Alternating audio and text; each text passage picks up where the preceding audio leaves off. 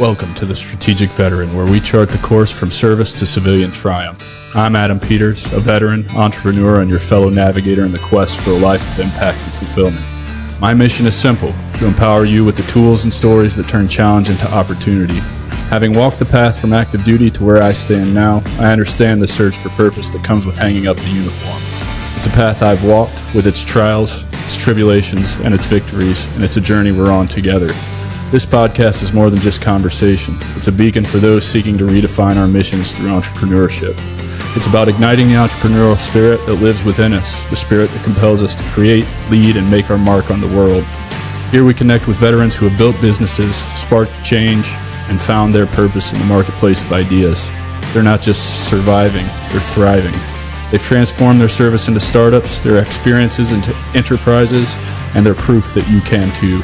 So whether you're scribbling business plans on napkins or stepping into the arena of innovation, remember, you're not alone. You're in good company. So let's explore these stories of transformation and take the first steps together on our path to purpose. Let's begin.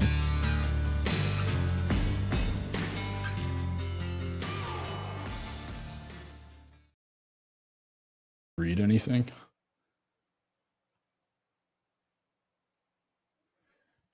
Hello, everyone, and welcome back to The Strategic Veteran. I'm your host, Adam Peters, and today we're set for an episode that inspires and profoundly moves. With us is Scottie Schneider, a figure of remarkable resilience and transformation. Scottie's life story reads like an epic narrative, from his rigorous training and education at West Point to his intense experiences in the Army Field Artillery, where he served from 2005 to 2012. But Scottie's journey didn't stop at military service. It was just the beginning. Facing the biting cold of Alaska that nearly claimed his life, Scottie's survival story of walking through a negative 40-degree blizzard and losing 1.5 of his toes is nothing short of a testament to his indomitable spirit. This life-threatening experience catalyzed a profound personal transformation from a soldier battling alcoholism and isolation to a visionary leader and a healer. After the military, Scottie embarked on a path of self-discovery and healing, which led him to launch 2 companies, achieving both an acquisition and an early exit. His adventurous spirit took him across Latin and Central America on a motorcycle, accompanied by his faithful dog, Chewy, further underscoring his zest for life and exploration. Today, Scottie is not just an entrepreneur. He's a revered medicine man and founder of Waking Warrior, a community dedicated to healing and empowerment of veteran men. Values of integrity, directness, and a balanced approach to every endeavor govern his personal and professional life. As someone who has turned his darkest hours into a beacon of hope and guidance for others, Scottie's message is powerful. Embrace community, seek healing, and never walk your path alone. Scottie Schneider is not just a survivor of extreme conditions and challenges. He's a strategic veteran who has mastered the art of turning adversity into opportunity. With every step from the icy trails of Alaska to the boardrooms of successful startups, Scottie has exemplified the spirit of strategic resilience and transformative leadership. He continues to empower and heal today, leading others to recovery and self-discovery. Join me in welcoming Scottie Schneider. Scottie, man, thank you so much for being here. Oh, man, what an intro. Dude, thank you. I got chills hearing that. Dude, that's kind of the goal with those intros. Like I said, I got to give credit where credit's due. I'm just grateful that you decided to come on the show, and let's just jump right into it. So we always like to start the show with a little bit of your early life and, kind of how you grew up and maybe what influenced you to join the Army. And I guess in your case, essentially 4 years of Army before the Army. Yeah, that's a great question, man. I grew up homeschooled in North Carolina to a pair of parents that were extremely religious, right-wing Christian. The interesting thing is that the military academy and Army service goes my family back a ways. So my dad was a West Pointer, uncle was a West Pointer, my granddad was a West Pointer, and my great-granddad was a Naval Academy graduate. For pretty obvious reasons, those that are listening that are in the Army, we don't talk about him a whole lot. And so my early life was working a lot on the farm, learning how to take care of animals. The parents' reason for doing it was because they thought that when Y2K hit, that Jesus was going to come back. But yeah, different strokes for different folks. I remember I was in high school, and I'd always kind of wanted to go to West Point. The first day that I really realized that I really wanted to go to West Point was I was maybe 12 or 13, and I was on a whitewater rafting trip in West Virginia with my church's men's group. And so I knew most of these men. I'd been going to prayer breakfasts and interacting with them for a variety of years. And the bus driver coming up the cliff road, it was like a dirt cliff, 1 lane road, and 300 or 400 foot drop to the river below. And the bus driver got a little too close to the right side, and the road partially collapsed, and the bus started sliding off and got stuck on the drivetrain and was literally like teetering back and forth. Like something out of a Hollywood movie. Dude, like something out of a Hollywood movie, man. And I remember the brain was like, hey, you should get out of this bus. And my body was just so stuck in panic mode that like all my hands would do would just like wave back and forth. And I was like looking at my hands, like looking at the seatbelts, like I should get this off. And I couldn't do anything. I was completely paralyzed. And one of the men that was sitting right next to me ripped off my seatbelt and he literally ejected me out of the bus. Like I came kind of halfway out of the bus and then hit the windowsill of my stomach. It knocked all the wind out of me. And I was helped off the bus by men inside. So I'm standing on this road and looking at all the people that I respected, just completely panicking and scrambling out of the bus in fight or flight mode, man. And my dad was, if you can imagine, the bus is like tilted 45 degrees, right? My dad's like holding on to one side, one of the bench chairs and like calmly directing people. He was like, hey, by the way, if you jump off the bus, it's going to cause a weight transfer, and that's going to endanger everyone inside. So if you please get off slowly and hold the bus hold the bus to anchor it when you get out. And I was just like, what convinces a man to do this, to demonstrate such leadership and calm under pressure?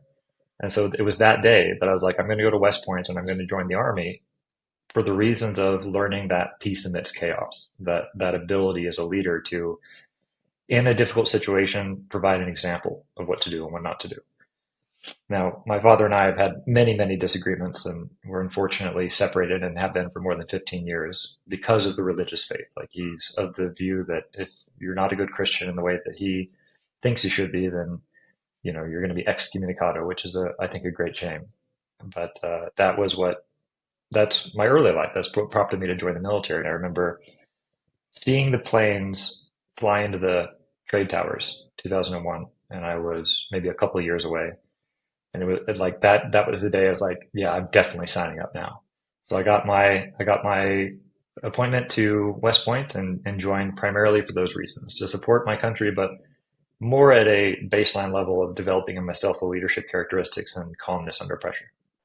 So to me, it would seem like you had a lot of influence with such a vast number of people going to service academies in your family. Why the service academy? Was there advice given to you to go to West Point over just enlisting, or was that just something that you wanted to accomplish for yourself and get the college degree? Can you talk a little bit about that? Well, there's a couple of different influences. My grandfather, if you talk to him, he's now passed to the stars, but my grandfather was like, you should definitely go to West Point. He wanted it. He wanted his legacy. So by that time I was fourth generation academy. And one of my other cousins also ended up going to the military academy. So my granddad was like, you should definitely go, because it's like the best and the only path for Schneiders, My dad was a little bit more balanced, and he wanted to make sure that I wasn't going because he went. And so I remember the first time I told him I wanted to go to West Point, he's like, okay. And he woke me up at 4 a.m. the next morning, flipped on the lights, and I was like, what the hell is going on? He's like, we're going to go running. Like, why? Like, well, if you want to go to the academy, I'm going to make sure you really want to go, and I'm going to make sure you're prepared. So that was kind of his tact, was to make sure that I understood it was okay if I didn't go to West Point. And at one point, I actually considered going to ROTC. So I had a full ride scholarship to Duke University. And so that was also an option. And then another pretty important metric was they told me they weren't going to pay for college. So that if I wanted to go to college, I was either going to pay for it myself or get an ROTC or West Point scholarship. So West Point kind of fulfilled the needs of my grandfather, that I was interested in continuing that legacy. It fulfilled the needs of me getting into the military in a way that I had a guaranteed job afterwards and getting a college education that was paid for. So I'd say those were the primary motivations. Yeah, those are good ones. We had another West Pointer on here for our first episode, Rich Mulder. He may be a little bit younger than both of us, because I was a sophomore in high school watching the World Trade Centers come down. I imagine you were pretty close to that too. Yeah, we were probably like 36, 37-ish? I just turned 39 last week. Yeah, nice. So I'll be turning 37 in July. Yeah, so we're pretty close in age. So yeah, I remember that time distinctly, and I'm always fascinated by West Point because you don't know what you don't know about the military or the service academies, and you I did another interview with a guy. His name's Marcos Eugenios, and he talks about it's an experience I can't explain to you in words. The only way you can understand it is to go there and do it yourself. And so I always try to ask good questions about West Point because I'm fascinated by it. So, what do you think fundamentally challenged you the most about being at West Point? Yeah, there are a couple points there. I can explain the experience in words, and I'll do the best I can with the acknowledgement that there are other ways of viewing it. It's not the easiest experience in the world. Imagine like a boot camp that lasts a year, and then after that, 3 years of being in an extraordinarily restrictive environment where you can't go out a whole lot. Everything that you eat and what you wear is dictated to you. It's like being in the army, but extra because you're never really off duty. Like at least in the That's how army, I've always thought about it. yeah, It's 4 years of the army before the army, and I'm like, exactly. no, I'm not. I'm It's not interested in that. it's pretty intense. It's pretty intense. And there's also part of the reason they do it that way is because there's quite a bit of psychological conditioning and brainwashing that goes into it, right? This kind of led to, I mean, you're probably aware that West Pointers in general have a bit of a reputation for being dicks, right? Yeah, I'm not a big You know, fan of them. There's not. I mean, I can count on one hand the number of West Pointers I had that were solid leaders. it's not the easiest thing to do to train someone to be a leader, and you have to really go about it like the right way. And of course, there's many right ways, I'm sure, but a lot of the stuff that they put into you is like, continually reinforcing, you're the best and you're the brightest and like you're America's cream of the crop and yah, rah. And so that it really takes a strong person to be able to, or a balanced person to be able to separate that from what you're actually going to do, which is humbly lead soldiers in preparation for combat. And so one of the things that West Point started doing, at least shortly before, maybe when I was there, was to really start to hone in on that with an attempt to make more humble leaders. And that's very strongly how it got molded. So for me, it was like, okay, we're in a combat army. The majority of people that I'm going to be leading have gone to combat and I haven't. And the second in command of my platoon when I get there is going to be a person with a lot of experience. And I don't really know what the hell I'm doing. And so a brief story to illustrate this, I came to my first unit in Alaska. So I'm given a mortar platoon unit. It's got two strikers, 120 millimeter mortars in the back, and a fire support team with a separate striker. My job is to provide indirect support for a cavalry unit in Alaska. Hey, sir, this is your platoon. Congratulations. I was like, oh my God, what am I going to do? So I prepared this beforehand. I knew exactly what I was going to say. My sergeant, he was a staff sergeant at the time, Sergeant Chapman, wonderful leader. I said, Sergeant Chapman, great to meet everybody. Can I talk to you in my office? He said, sure, what's going on? So I bring him into my office and I close the door. I was like, all right, Sergeant Chapman, this is how I think it's going to go, man. I don't know what the hell I'm doing. So would you mind leading the platoon? And I'm promising to you that I'm going to be your shit shield. As the officer, I'm going to take all the slack. I'm going to sign all the paperwork. You tell me what needs to happen. We'll make sure it happens, and I will protect your ass from everything and anyone. And he says, sir, I think we're going to be great friends. Yeah, man. And that's how I That's a started platoon off. sergeant's. That's a platoon sergeant's wet dream right there. Is to get a lieutenant who just comes in. Take me for example. When I had a platoon, I had 4 deployments for almost, I think, 49 or 59. I can't count anymore, but a lot of months deployed every other year of my career. And I had a platoon, and these officers just come in and they're like, "I'm in charge," and it's like, dude, I've got 5 years of experience, and you have none, just in combat alone. So bravo to you for approaching that situation that way. And I think that illustrates a point we'll probably touch on. I'm sure we'll touch on later in this episode, but it's okay to ask for help. It's okay to not know and still be an effective leader. And I think that's a great story to demonstrate that. There's a practical story. Like I don't think I would have worked very well as a long-term officer. Like I'm actually quite grateful I got out just a couple of years in my military service. And an example is probably this. In the officer corps, you're expected to remain in a certain state of decorum, conduct yourself a certain way and like take things if they're given to you by your commanding officers and just kind of roll with it.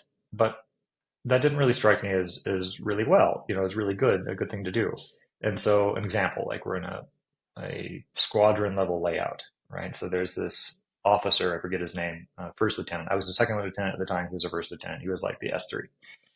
So, and the night, like a couple nights before, this event, he sent out the layout. Your equipment must be just so da da da da da da. And then the morning of the layout, like my troops have worked on this for hours. I mean, we've been at it, just making sure everything's spick and span. You know how it goes. And I'm checking I get a buzz on I think it was a BlackBerry at the time, and it turns out that he said, oh, actually, it's got to be in this format, and he sends out a new format, like an hour and a half. I'm sitting in the motor pool, and everybody's ready to go. It turns out that I was like, this dude has sent out the wrong format. He's now trying to cover his ass. So he comes out there, just all full of piss and vinegar, and starts yelling at everybody to make sure that they get in line with the new standard that he sent out like an hour and a half before or something. And he comes over to my unit. I was like, don't you fucking dare yell at my people, man. That sounds like a lot like your mistake. Did you send out the wrong format? Because like I'm seeing these two emails and they're not the same, man. And he starts getting up on his high horse. He's like, I am a first lieutenant. Like I outrank you. I was like, fuck you, man. That is an automatic. Now, I learned a valuable lesson this day, but this is in front of everybody, right? My platoon's at my back. Sergeant Chapman's like somewhere just cleaning something. I was like, that's an automatic promotion, man, like to first lieutenant. You didn't get that because you deserved it. Just because you've been in the Army a little longer than me doesn't mean that you can yell at my troops for a mistake that you made. Fucking fix your shit. Come back later. And you Well, I think moreover to that, it's like you just demonstrated how ineffective of a leader that you are because you're hiding behind a rank. If you're a true leader, people will respect you regardless of what your rank is. Like that doesn't, that automatically wouldn't fly with me. And I totally relate to what you're saying because I can count. I've lost count how many times we're doing BAA layouts or TA50 layouts and they want it in a specific format and you spend the entire day making sure everything's dressed. They all look the same. And then an hour and a half before inspection, oh, we got to change this. You need to redo the whole thing. It's like, what the fuck are you talking about? I just spent all day. We've been down here in the motor pool or in the hot sun, not allowed to go anywhere because this is what you wanted to happen. And I definitely understand. It's not right, man. And sadly, I think for those that are listening who are civilians or who didn't experience this in the Army or the military in general, you got lucky. And civilians, this is constant in the military. It's not just with BAA layouts or TA50. It's with everything. Every mission, every op word, anything is the same way. Yeah, it definitely caused problems for me and sort of the upper ranks, like that guy went immediately and complained to the squadron commander who was also a West Pointer. Oh, Lieutenant Schneider is not respecting the chain of authority. Whatever, exactly. And then it's like I'm feeling at that moment the most important thing for me to do is demonstrate to my men that I got their back and doing that in a very visible way. Sergeant Chapman, like I feel a tug on my shoulder, and he pulls me. He's laughing.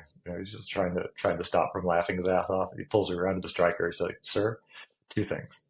First of all, amazing job. Very proud of you. Second, time and place. So like reinforcing the idea that as an officer, it is necessary to respect the chain of command. And I could have pushed back, but done it in a less visible way. So I learned a lot that day. But I want to return because I'd gotten a bit off on that tangent to my transition into West Point. So imagine I'm coming in homeschooled, didn't have many friends, didn't really know how to communicate. I've grown up in this extraordinarily right-wing Christian environment where everything and anyone that didn't look like us was pretty much shunned. And so I get into this environment and West Point is full of people like my class, about 1,000 strong, men and women at the top of their game, typically like they're involved in sports and they're very intelligent. They're very like physically fit. I'm this like waif, this like 127 pound, 6'1". It looked horrible. Just looking at the photos of me back then, I was like, oh my God, man. I gained like 13 pounds of pure muscle and beast, our version of boot camp. And I had no idea how to interact with anyone, how to make friends. And I was just a weird guy. And it was pretty obvious to me in the first couple months of West Point. I was like, I'm not going to make it through this if people don't like me, because obviously it requires the support of people around me. How do I get them to like me? So I started listening to the popular kids, the jokes that they were making, like the things they were referencing, why they were popular. Again, generally it was because they were funny, right? West Point is, among many other things, an extremely boring place. And so it's like being stuck in the barracks and you can't go out to the strip club. Kind of boring. Oh yeah. Yep. have had that So happen numerous times. Yeah, I can imagine. yeah, for 4 years, man, 4 years. Oh, yeah, And that's so again why I never wanted anything to do with the service academy. I knew fairly well what I was getting into with military life in general, but yeah, to do it for 4 years before you actually start serving the time on your contract, no thanks. yeah. And this is like, all right, so I got to educate myself about pop culture. I mean, up to this point, I haven't really listened to music. I haven't really watched a lot of movies. I'm completely ignorant of pop culture. So a lot of like Family Guy was super popular during this time, and so a lot of jokes were being made about Family Guy. And the beauty of Family Guy is that like the jokes that they have are so interwoven with pop culture. They're doing like like Peter Griffin makes some joke about like the Roadhouse movie and makes a roundhouse kick. I was like, okay, I got to look that up. So I would stop Family Guy, look up Roadhouse, and like look up the interact, like literally the connections they were making, and I taught myself pop culture that way. So I was still weird when I got out of the army, but I was less weird, and I'd become somewhat popular by the end of my time there, and that's how I What, survived. what do you mean by weird? Because I kind of I grew up a little differently. I was bullied relentlessly when I grew up, and so that definitely shaped the social hierarchy for me. Throughout all of life, I'm gifted in that I'm a connector, so I've always been able to talk to people and have conversation. I think we connected last week and told you about the show, asked you to come on. Great conversation. Here we are doing it again, right? But I was very much outcast and looked at as weird. And I didn't think anything I was doing was weird. I was just trying to be friendly with people. So, what do you mean when you say weird? Yeah, like I didn't really, I was pretty bad at conversation. I was very introverted, and I had a existing set of beliefs. For instance, like homosexuals were wrong and going to hell. That categorized me in a pretty narrow view within an overall framework of the military and West Point at large that really operates on this idea of we don't care who you are or what you believe, just be able to carry my ass out of combat at the end of the day. And so that's kind of what I mean by weird. I had to undo a lot of those beliefs and learn how to interact with people, like at a significant level, because I hadn't had really any friends that didn't believe exactly the same thing that I believed. Right. And it sounds like, I mean, I grew up in a very German Catholic town in southern Indiana. So that shit's shoved down your throat, left, right, upside down. It sounds like that's similar to what you had going on, probably a lot more extreme than I had it. Obviously, if you're having to Google Roadhouse, I imagine you lived a pretty sheltered childhood. I did. I'd never seen the movie. I had no idea about any, like very sheltered, like extremely sheltered. And that was an additional challenge for me coming into West Point because it's kind of a joke, right? It's like a cosmic universal level joke. My parents homeschooled me because they wanted to separate me from the world, anything secular. So they wanted to make sure that I was brought up to believe in exactly the same way that they believed. And the way in which they trained me was basically that I educated myself and I taught myself how to think, read books, discuss, look at other viewpoints. And so I did learn how to think and I did learn how to think for myself. And I did that when it came to Christianity. I was like, well, I'm kind of analyzing this and this doesn't really resonate with me. This doesn't make any sense. So no, thank you. And like, well, we wanted you to think for yourself about everything but that. Right. You don't get to choose. Yeah. Yeah. That Okay. was that was a it was a challenging thing for me because I believe that let's just say something is shoved down your throat. That doesn't mean that it's wrong. The initial reaction of people like myself is to be like, no, I don't want any of that, and to completely reject it out of hand. But part of thinking for yourself is also realizing, okay, there are other different perspectives and other points of view. And maybe just because my parents think this way and have forced me into this way of thinking, maybe it is true. I don't know, but I need to at least be open to that possibility. So one of the things I did at West Point was I started going to all sorts of religious services. So this is about the time my second year in, where I was starting to receive reports of people that I had known of in the academy that were not coming back home alive from Afghanistan. You know? And so it's like, huh, I better figure out what I believe about the world and pretty quickly. And what I didn't want to do was kind of put myself in this idea of like a Pascal's wager. He was a philosopher and thinker who basically came up with the idea of like, okay, well, do you believe in God or do you not believe in God? It's safer to believe in God because like if you're wrong, then at least you're in, right? It's like that sounds like a really crummy way to determine my cosmovision.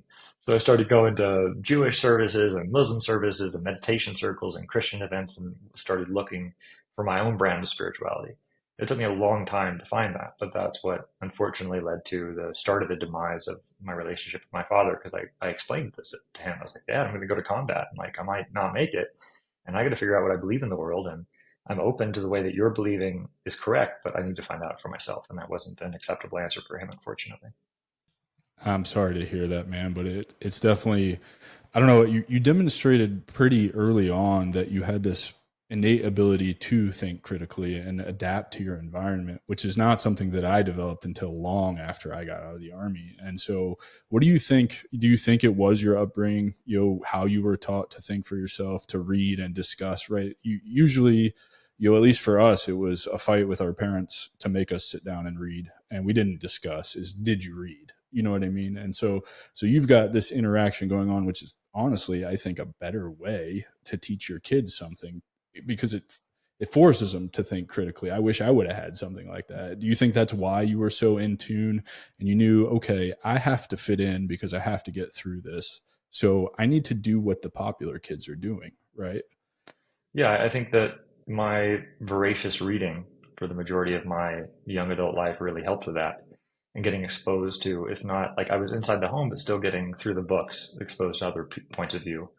And that really helped. And I had this idea that I called the gangster chameleon, right? So Ooh, the I'm interested in chameleon, this. like the chameleon in the wild changes his colors, aka changes how people perceive his identity to hide from predators, right? So I'm a leaf, I'm a leaf.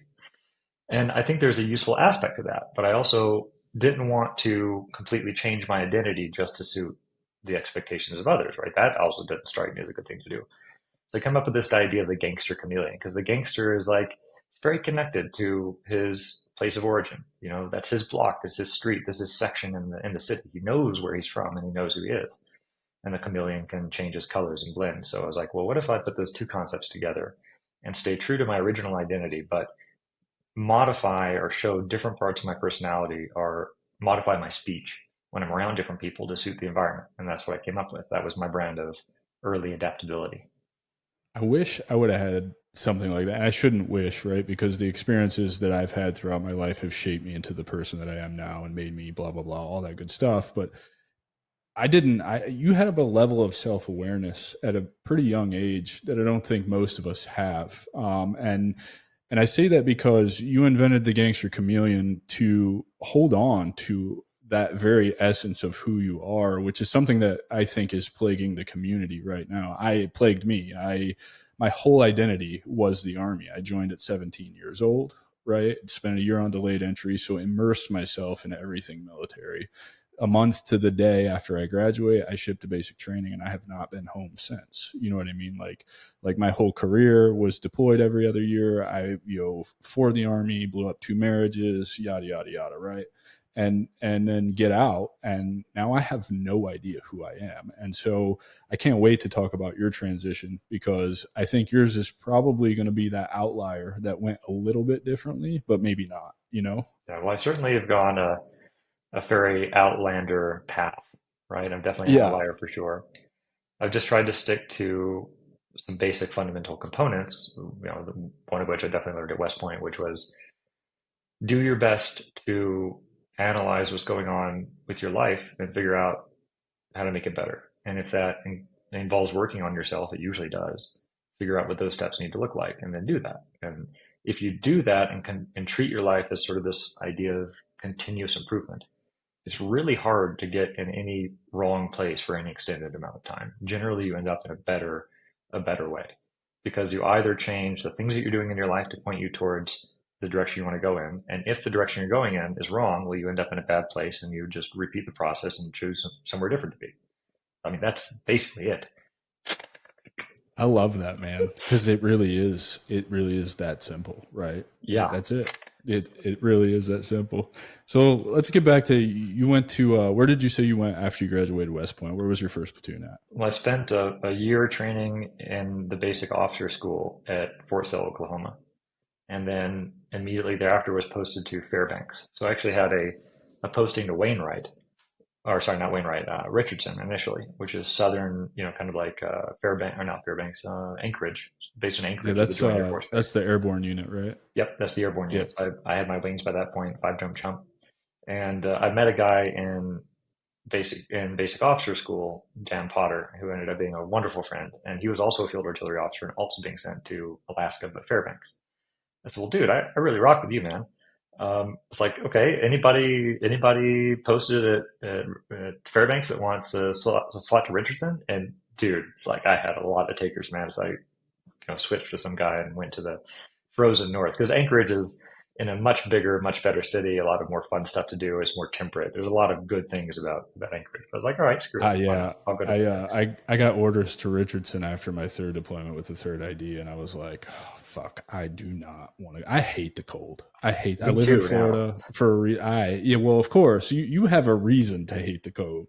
I grew up in southern Indiana. It gets cold. We get snow every year, and I've always hated the cold. I would much rather be 100% humidity and 98 degrees and just sweat it out than be cold. I can't stand being cold. So, what year did you go up there? I was I arrived in 2010. Oh man, Yeah. that's funny because I would have been up there in 2011. When you got there, who was your brigade commander? I had a squadron commander. He was a West Pointer, and I hope he never listens to this because I don't immediately remember his name.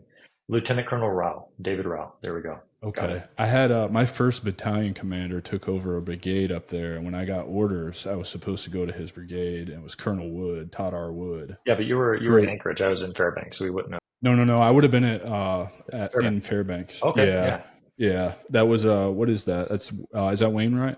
Yep, that's Wainwright. Yeah, so Yeah. So what? I was part of the 25th Infantry Division, and we were 5th Cavalry Squadron. And so because we were Okay. cavalry, we it's a squadron, not a brigade. Yeah. So you get up to Fairbanks, and what month did you get up there? Was it already cold? It was already cold, actually. So a buddy that I went to high school with, Bradley Southern, he had ended up joining the army and was posted in Fairbanks as well. And so I left Oklahoma and I had a little Jeep Wrangler.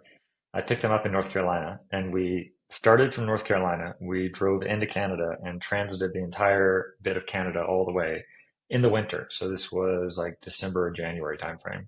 And we made it there in 72 hours, like driving in shifts. Like he would be driving, I would be Yikes. driving. It was nuts. That's It ridiculous. was Because I moved nuts. across the country twice, and it took a lot longer than I wanted it to. I did it once. I took the northern route when it was winter, so you get over to Idaho, Montana. Oof, what a rough time that was. I can only imagine. And I had considered driving when I got orders to Alaska, but then the Army decided to do what they do and move me to go on a third deployment with them. And I was just like, I just want to leave here. Yeah. So obviously in the military, challenges, dangers, war, you knew you're going to war at some point. I believe your deployment was probably to Afghanistan right around that time, right? Yeah, we were going to the Helmand province. And so this is one of the things that I dealt with that we'll talk about, I'm sure, in my transition after that. But before deployment, I got very high marks as an officer. My platoon loved me, and so it was easy to succeed because, I protected Because them, you but did what you said you were going to do. You yeah, stood up for them. I did You, what I you said I was caught going the to do. shit for them, and yeah. Yeah, so it's easy to succeed when your men want that as well, right? That's a very, very important point, I think, for anyone that's considering becoming an officer. That's basically all you have to do. And my squadron commander, Colonel Rao, I was like, look, I want to go to Special Forces. I want to go to the selection. I want to go to Ranger. I want to get my tab. I said, okay, deal. So after we deploy, I'll send you to both those schools. And so what I was doing was training as much as I could on my off time. And part of that was long distance snowshoeing because I knew that one of the things that was going to be most important in Special Forces was this extreme mental resilience. And so I was snowshoeing at -40. I did this many times, but one of this particular times I bit off more than I could chew. Many people know officers can't land navigate. So in a blizzard, it was like completely pitch dark by this time. And it was a blizzard and I had walked off my map and my phone wasn't working and I didn't know where I was, completely disoriented.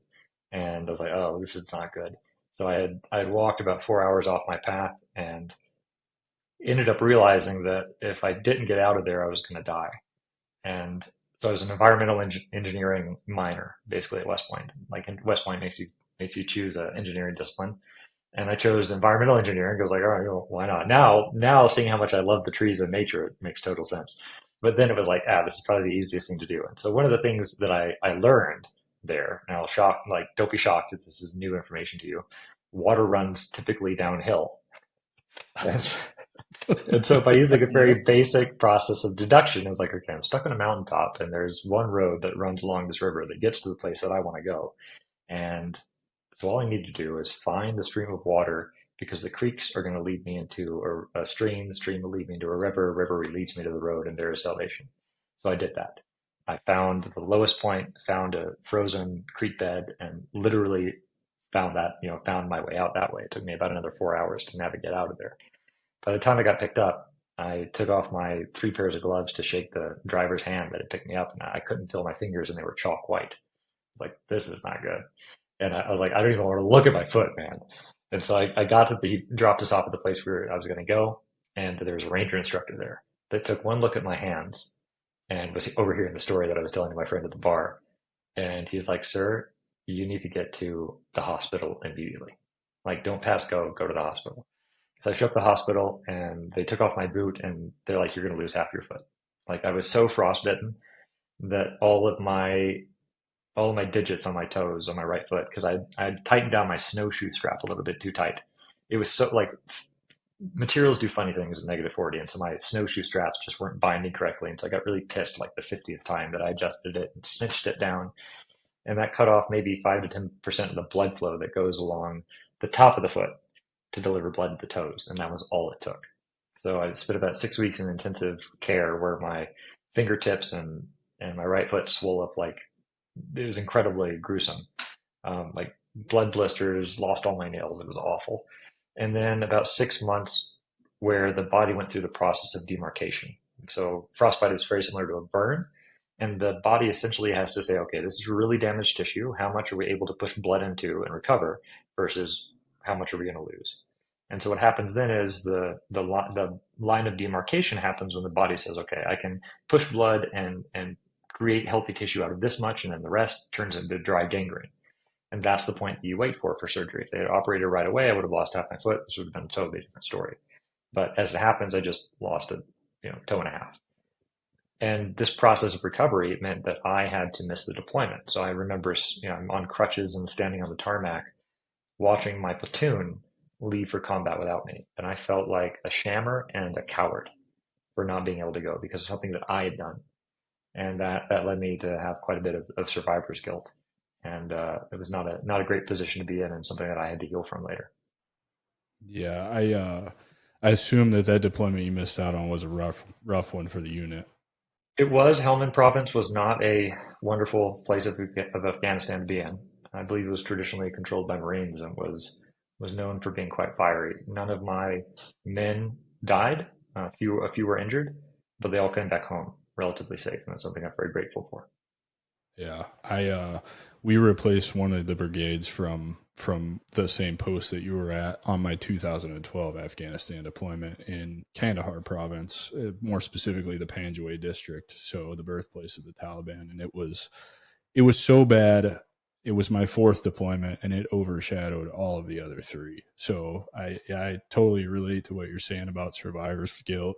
And all of this happened. I assume you're just out snowshoeing. You said for the mental resilience, preparing to go to selection. Was that your training regimen? That's it. That was part of my training regimen. And yeah, I'm not sure if I would have cut it in special forces or not. Probably not. But it seemed useful to me to train. I would do that because I mean the only things to do in Alaska basically are drink, have sex, and go do outdoor stuff. And I was better at drinking and doing outdoor stuff. Fair enough, right? So oftentimes in the military, we're confronted with like ethical and moral dilemmas. And I want to, as an officer, I feel like you probably deal with those a lot more than maybe us enlisted guys did or do. I've been out for almost a decade, so I don't claim to know how anything in the Army or the military works anymore because I've kind of brain dumped all of that. But can you speak to a time or a situation where you might have been tested and you had to kind of stand on your values and your morals and make a decision that may not have been unpopular? Yeah, I would say maybe the brief example I gave you earlier with the the officer, the lieutenant, that was something that I took to heart a lot. Since I didn't go to combat, there were very few situations that I would have had to make a moral decision. But one of the things that they do teach you at West Point, and a way that the officer corps operates somewhat differently from the enlisted, is in how we give our oaths. So after the My Lai massacre in Vietnam, where an entire village was murdered, basically put to the torch, the Army realized that there needs to be checks and balances within the officer corps. And so as an officer, enlisted swear to the president and the officers that are placed under them. Officers swear to the Constitution. And that's a very fundamental shift, because it means that as an officer, I have the responsibility to decide at every point, is this order that I'm getting in line with the Constitution and my understanding of American values? And if it's not, I have the necessity and the obligation to refuse it. So I don't think that I would have a better example for you there, but I hope that that sheds light to those listening on some of the differences there and some things the military is doing to prevent things like My Lai, I think, happening in the future. That's you just taught me something, because I didn't know that. I didn't think about that. And I've heard that oath, I don't know, a dozen times over the years. So that's great. So at this point, you're standing on the tarmac, the survivor's guilt's building, you're missing a toe and a half, you're on crutches. Is your career over at this point, or are you still going for a number of years, or is it time to kind of make that shift into transition here? It was effectively over. So a couple things happened that are important. The first is that after I got my toe and a half cut off, I was really, really determined to go to Afghanistan and meet my troops.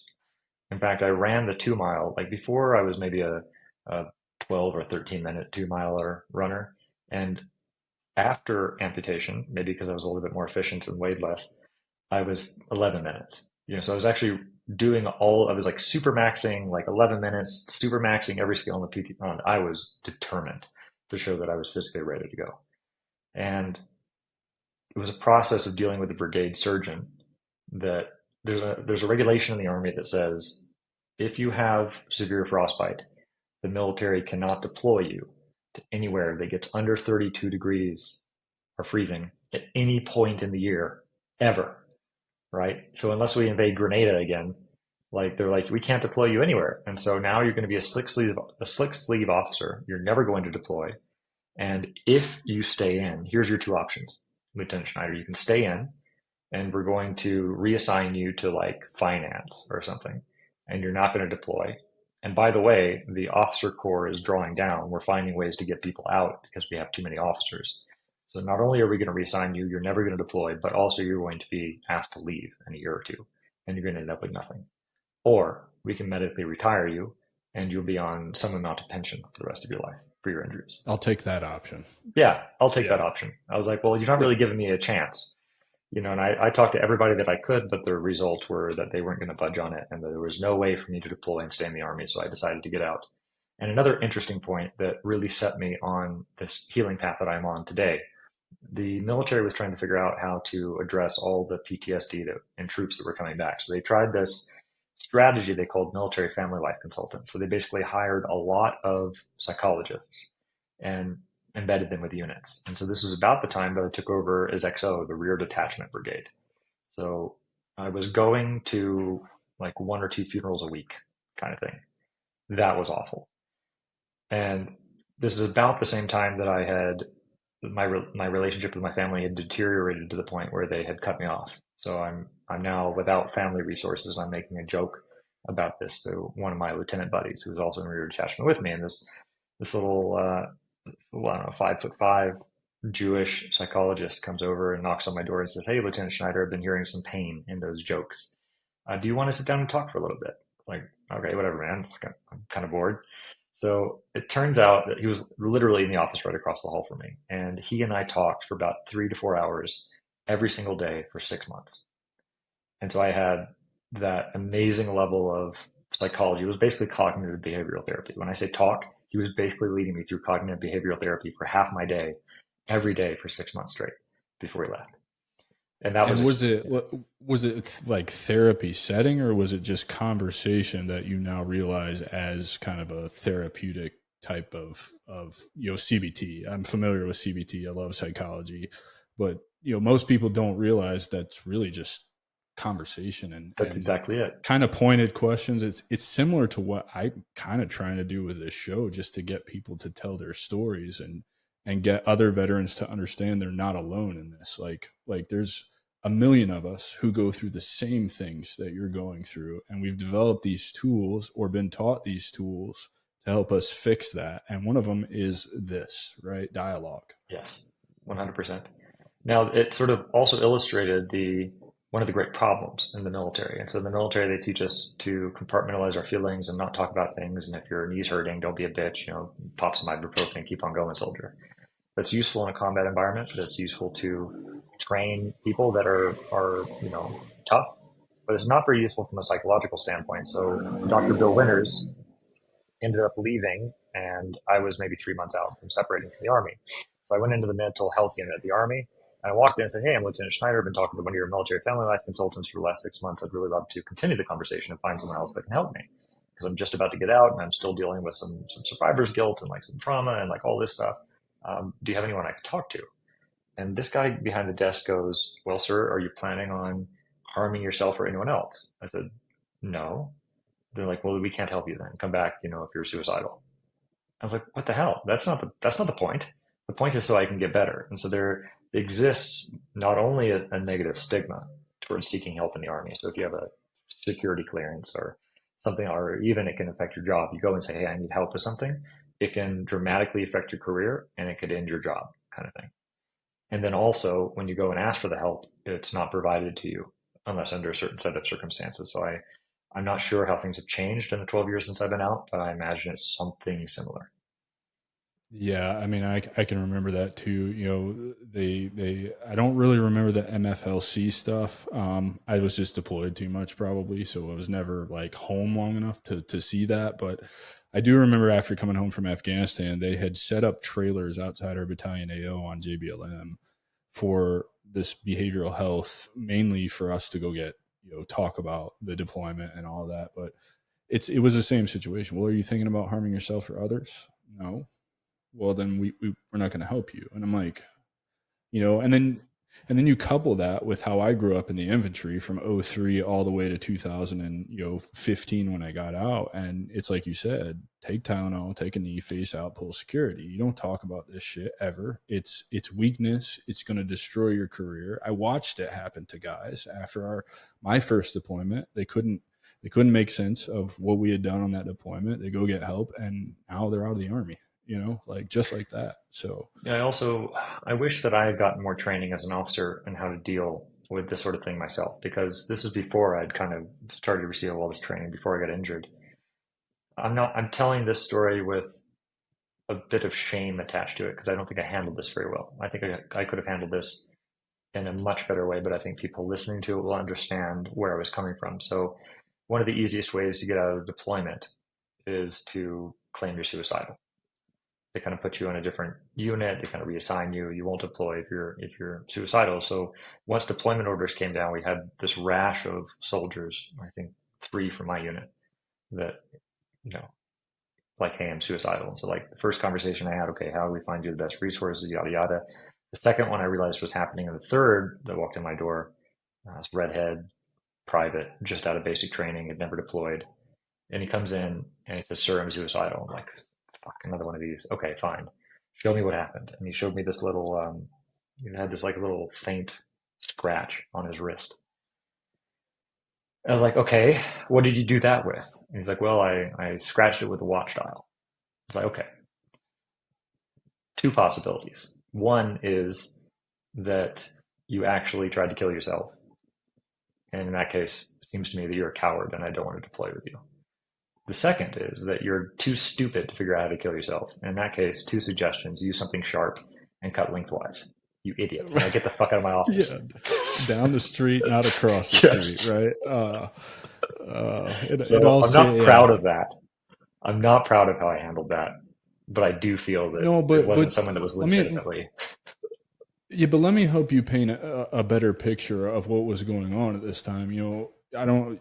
I had 4 deployments. So from '03 to 2015, 3 of them were a year long. One of them was 9 months long.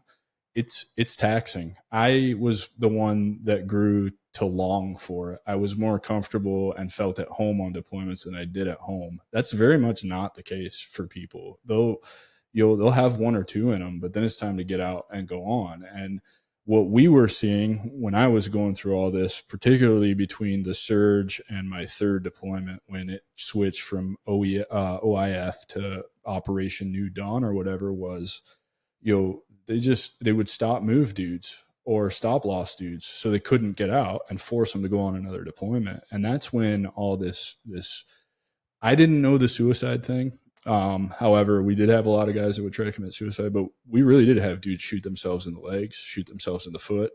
They'd go out and wreck their motorcycles intentionally to break things and get road rash so that they can prolong a deployment. So just helping you paint this picture, you don't know who's serious at this time and who's actually just a shitbag trying to get out of a deployment because they're a coward. And because this guy was like 6 months out of basic and had never deployed anywhere, I assumed he was probably a shitbag coward. I think I'm probably pretty spot on in that assessment. Who knows? Right, of course. And that's not for anybody listening. Like, the whole point of this show is to stop the suicide epidemic. So kind of military humor is to make light of situations like this. And we're not advocating for dudes to go kill themselves. That's probably a great side note, man. Thanks for making that happen. We're not advocating for anybody to go kill themselves. And I'll be open and honest. My stance on suicide for a long time was I thought you were a selfish coward, a piece of shit for taking your own life, because I know, I got bracelets up to my elbow of dudes who would love to live life in your place, right? And I think some part of me still feels that way, just without the rage and with a lot more understanding and empathy. But I kind of do still feel like if you're at the point where you want to take your own life, just take a look at the guys that you know who would trade you places right now. No matter how bad you think your life is, there are plenty of guys that would love to be at home watching their kids grow up. Would love to have the opportunity to know what civilian life is and what the transition is and how much that can, be a dark fucking hole that you can fall into. So, we're not advocating for anybody to kill themselves, but, in the military, you make humor out of a lot of really, dark things. And I think that's really what you were speaking to, right? Yeah. Yeah, absolutely. And I'm not saying that is not the advice that I would have given him now, after my, of course, being out, pursuing a healing path. So that's why I mentioned, at the start, like I say that with a little bit of shame or guilt or whatever it is. Not guilt. Yeah. It's I look back on that and see my own progression as a human and as a leader and how I would have handled that differently, maybe. So yeah, that started my own transition process. I got out and not connected with my family. Didn't have a home to go to, didn't know what I was going to do. The guaranteed job that I thought I was going to be a lifer, I thought, so suddenly everything has changed and I'm sitting here like wondering, okay, what am I going to do? How does this work? And the transition assistance program, they still give you in the military. It doesn't really help a lot. It focuses a little bit on how to find a job, but it's kind of useless. And I was like, what do I do as an officer? And that was pretty intense for me. It was a pretty rough transition that lasted a very long time for me. Yeah, let's talk about that, because I been thinking a lot about the transition and how important it is to reach veterans who are transitioning right now.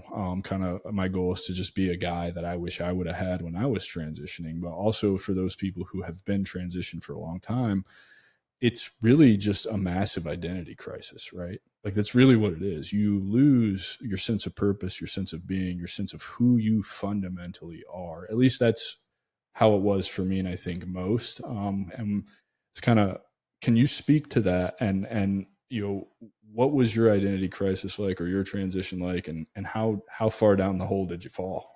Pretty far. I looked into the resources that the Army had, and one of those was a free project management professional training framework. So I studied on that. I got my certified associate in project management, and I started going to a couple of military hiring recruiting fairs. So I ended up I traveled across the country, went to a fair, and got a job in Houston, Texas. It was a value stream manager, which is basically the guy that goes into the manufacturing process and figures out how to make it more efficient.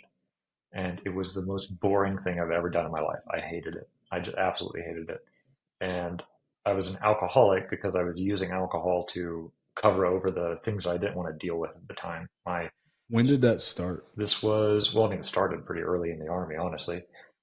Right. I was Yeah, a, I kind of wanted to drag that out of you because, yeah, especially in the infantry, that's what you do. If you're not working, you're drinking. yeah, And if you're this not drinking, you're training, you know? actually And so reminds me of a pretty interesting story. Like, I'm not a typical person and definitely not a typical officer.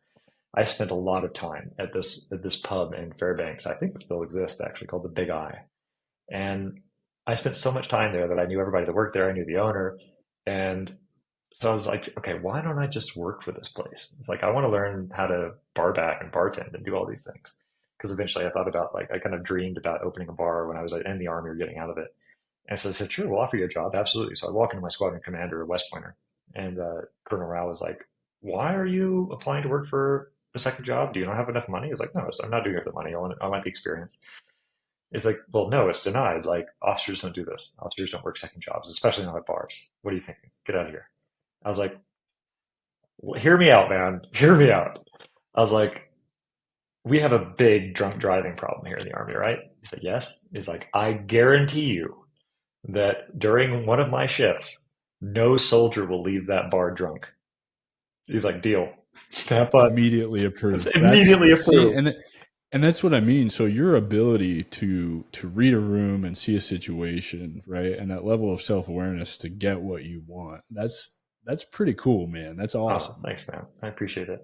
But yeah, I mean, I started early on covering over my things that I didn't want to deal with alcohol. So I get drunk and talk about my parents or talk about, my family or, eventually like later on get drunk and like cry about the fact that my soldiers were leaving. I had people around me that supported me. But that was used as a not great outlet. And when I left Alaska, I didn't have a close community of friends and family around me like I did in the Army. And so that led to a lot of binge drinking, a lot of drunken nights, a lot of fights, and things that I'm not very proud of. And that spiraled into where that's really the reason why I lost my first job was because I was just unreliable and kind of drunk. And that led to a 6 month time period where I didn't really know how to look for jobs. And I was sending out resumes all day, every day. I was out of money, didn't have enough money to pay rent, had to like ask for a loan from my uncle, the, first and really only loan I've asked in my life. And that just kind of brought me to a really low place. And I'm sitting there like 6 months into this, like, okay, why don't I just use my network? They say that most people find jobs through their network. So why don't I use my network? So I ended up going to a West Point Association of Graduates, and I literally had a job the next week. And that was a much better job for me. It was a sales job. I was posted in Denver, Colorado. I was the only salesman for the Northwestern region. So I had a company car, a decently high salary, some good commission, and a company expense card. Now, the problem was that this is old school chemical sales in the oil field industry, right? How do you do sales there? You take people out to people out to dinner, and you get them really drunk, right? Yeah. That's Yeah. how I did it. That doesn't bode well for an alcoholic Does who's not covering up does traumas not and bode well for an problems. alcoholic. Yeah. It's No, like not at all. the worst thing you could have done to me, man. So that lasted until about 2015. So 3 years into my transition. Now, this was my saving grace. So one of the things is I had to learn how to walk again, basically, after I got my, toe and a half lost, right? It's kind of compensating, gaits a Which little toes weird. and a half was it? Was it Most the big one? part of the, like most of the big toe and part of the one right next to it. So like the big toe is used primarily for propulsion and for balance. I've always heard that, and so it's nice to have somebody here that can actually confirm who's It experienced is it. I confirmed. mean, not like not voting for the fact that you lost your toes, but at least now I can confirm and not have to secondhand knowledge. Like the There you big toe is go. essential, and you just had to learn how to walk again. It is pretty essential. Yeah. I'm glad I didn't lose all of it. I've got a nub, which is useful. But when I was just about to get out of the Army, I went to this club in Fairbanks and a salsa song came on. And one of the men that I was friends with, like, picked up his girlfriend and he was off dancing. I was like, this is amazing. Like, what is this? And so when I moved to Houston, I started learning how to dance salsa. So I would go work my job and I would go dance salsa. And I ended up for 7 years training in this discipline. And I became a very accomplished social dancer and ended up performing and training on teams and did a competition or two. So for a white boy, I can move, right? But what this did was it started introducing me to a community. And that's what I didn't have. So there's a bunch of Latinos, and Latinos are community experts, man. You come in, everybody's giving you hugs and asking how your day was, and they're very connected. It's like, I like this. I don't know what it is, but I Sometimes it's like it. almost too much in the Latin community. Sometimes it It's can so be. it's overbearing sometimes. Yeah, yeah, I Well, know to exactly us, what you're talking about. But they to always make white you folks, feel welcome for sure. yeah, it's they exist in community, I think, in a more tribal level. And I've lived here in Colombia, Latin America, for the last 9 years, so I can have not only gotten very accustomed to it, but grown to really love it. But that was my saving grace, salsa. So in 2015, I was like, I'm done with the corporate world. I hate this. I hate the way my life is going. I'm just drinking more and more. And I thought that what I needed to do when I get out of the army was do what everybody told me to do, and I would be successful, which is get a nice car, check, nice girlfriend, done, nice apartment, some exposable income, done. I've got all that, and I'm still miserable. What the hell? So I had read the 4 Hour Workbook or Work Week by Tim Ferriss, and I packed everything into my bag, like 2 backpacks, sold everything else, and just took off for Puerto Rico. So I spent some time in Puerto Before Rico. I was like, before we get there, yeah, because I know where this is yeah, going, go for it. because that book is It phenomenal, is. and he was just on the Modern Wisdom Oh, podcast. It's a nice. fire episode if you haven't listened to it, but that guy is fascinating. So, in your alcoholism, right? Like I have personal struggles with alcoholism. Runs in my family. My grandfather, who was a World War II medic, is an alcoholic. My dad was an alcoholic, but it was hidden from me when I was growing up. Nobody ever told me that this is an issue, or else I probably never would have touched it.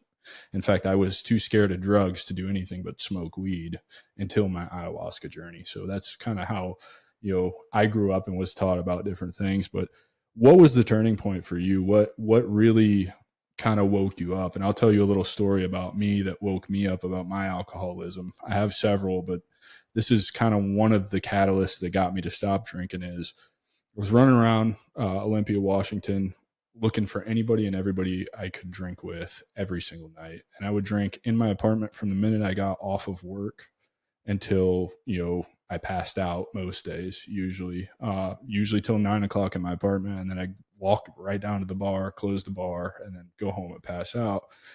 And I had this ride or die with me who would go with me almost every night if I couldn't find anybody else to go drink with. And he quit on me one night. He's like, dude, I can't.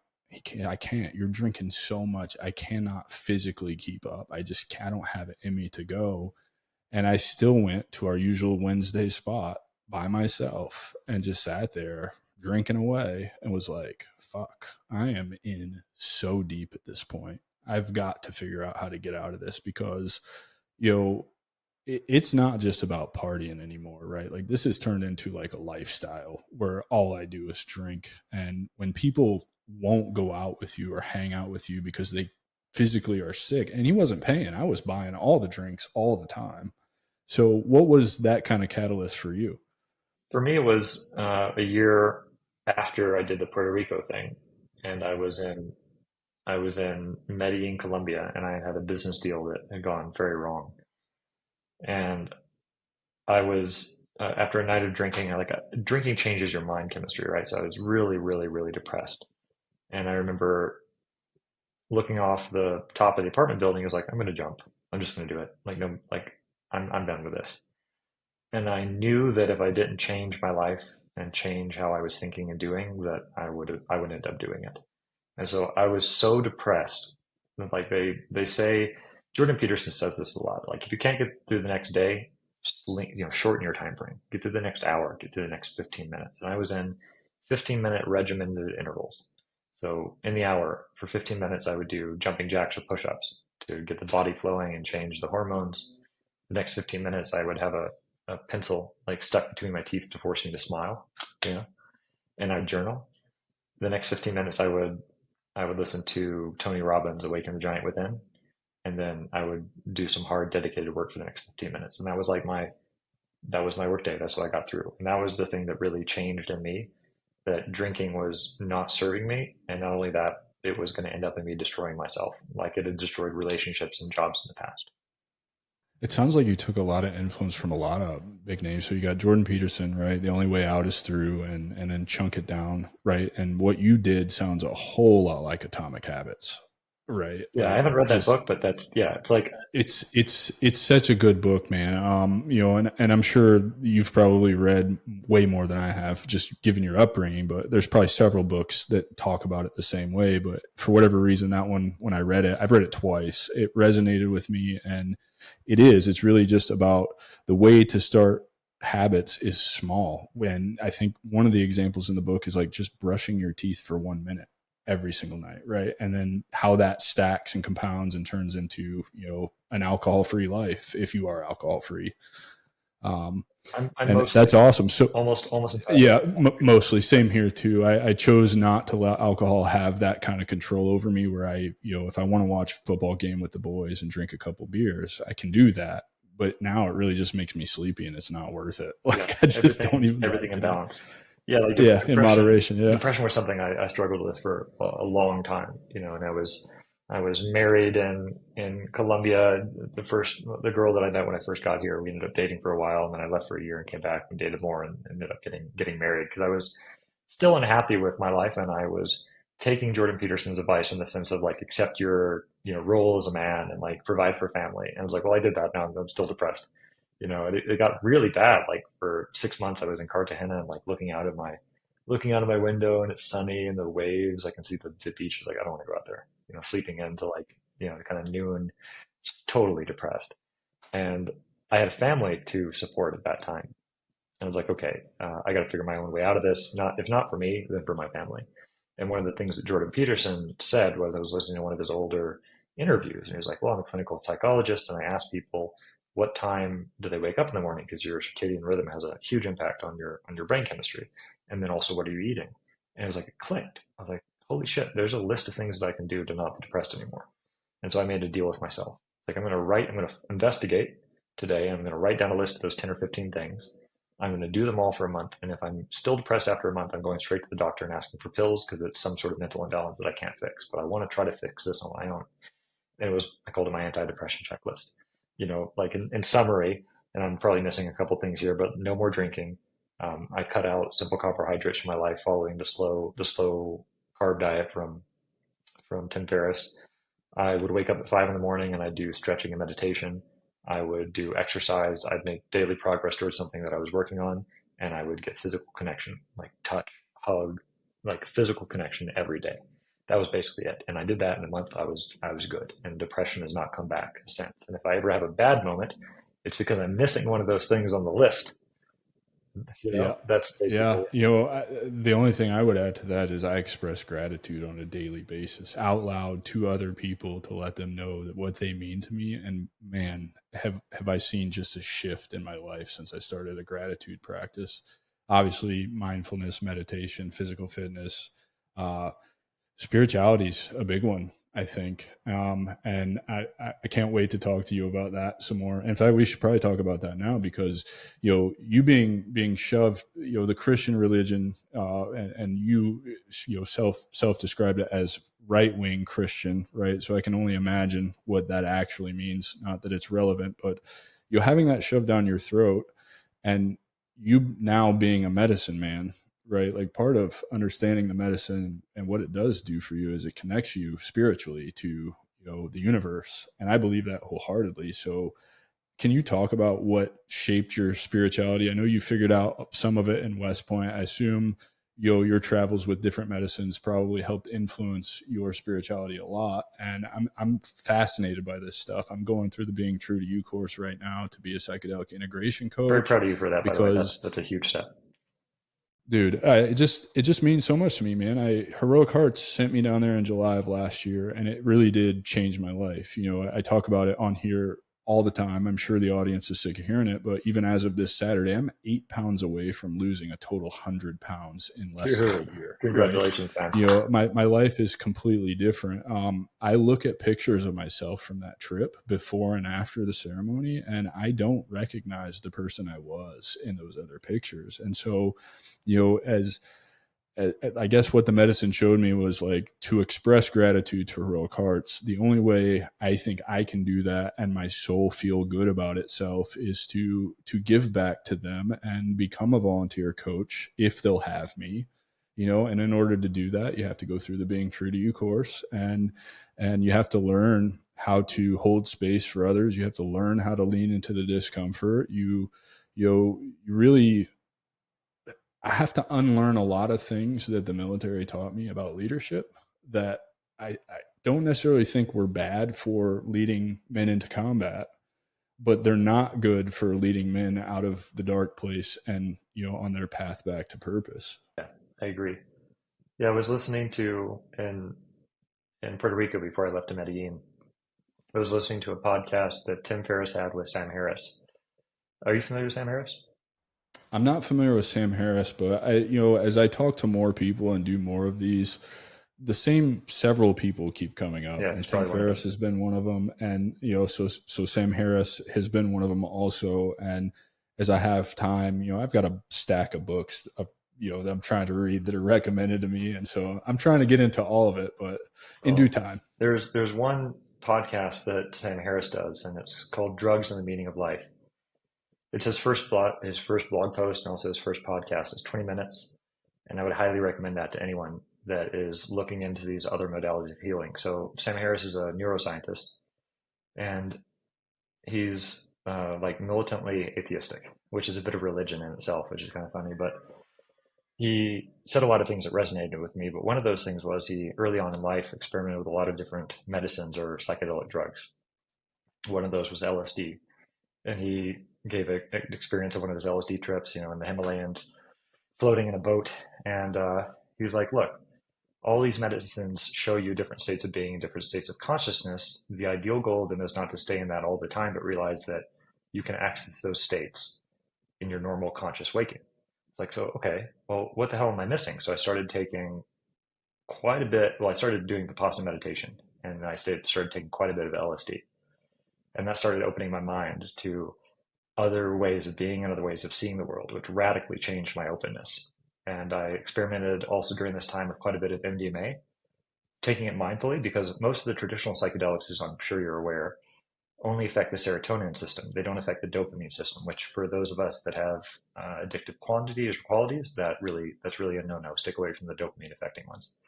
So I did, I don't know, I do an MDMA trip and wait 6 weeks. But I remember I took notes. Like, I'm a true geek at heart, man. I would take notes during all these experiences, all the acid experiences, all the MDMA. And during one of the MDMA experiences, like, I was really struggling with this moment of kind of opening up myself to connections and like empathy. Like, I was not a very empathetic guy. And I remember I walked into the bar and some MDMA, and this bartender had known that I had been there and asked for some water. And I walk up and he's like, "Hey, Scotty, would you like another water?" And I thought that was so cool. I was like, how do you remember my name, man? That's awesome. Like, anybody that's been on MDMA is going to resonate with this experience, right? But that pinged something in me. It's like, okay, so this drug, this medicine is showing me a different state of being, in which I'm more empathetic and showing gratitude to people that take awareness of me. That's amazing. So how can I implement that in my life? So every one of these experiences would direct me towards something that I could change about my own life. And from that day, I started working on a primary focus of making empathy, right? Yeah. So that was kind of my early, it's amazing. yeah, that was my early experiences. And that led me into, being here in Colombia for a while, Yahe and ayahuasca. Yahe is the Colombian version of ayahuasca. And it's really rooted in the traditions and the culture here. And so one of my friends, another Army veteran, Jonathan Lang, who's a really, really close friend of mine here. You should have him on the podcast. And he's a wonderful guy. Definitely, A Cav Scout, actually. I'd love for you to make the introduction. I definitely will, man. man. Love it. He's so amazing. And I remember, so the medicine that I took, rapé just now, it's tobacco powder. And the medicine that I'm also taking, mambe and ambir. Mambe is powdered coca leaf with aruma, which is a alkaline substance. And then, no, I'm showing you my iPods.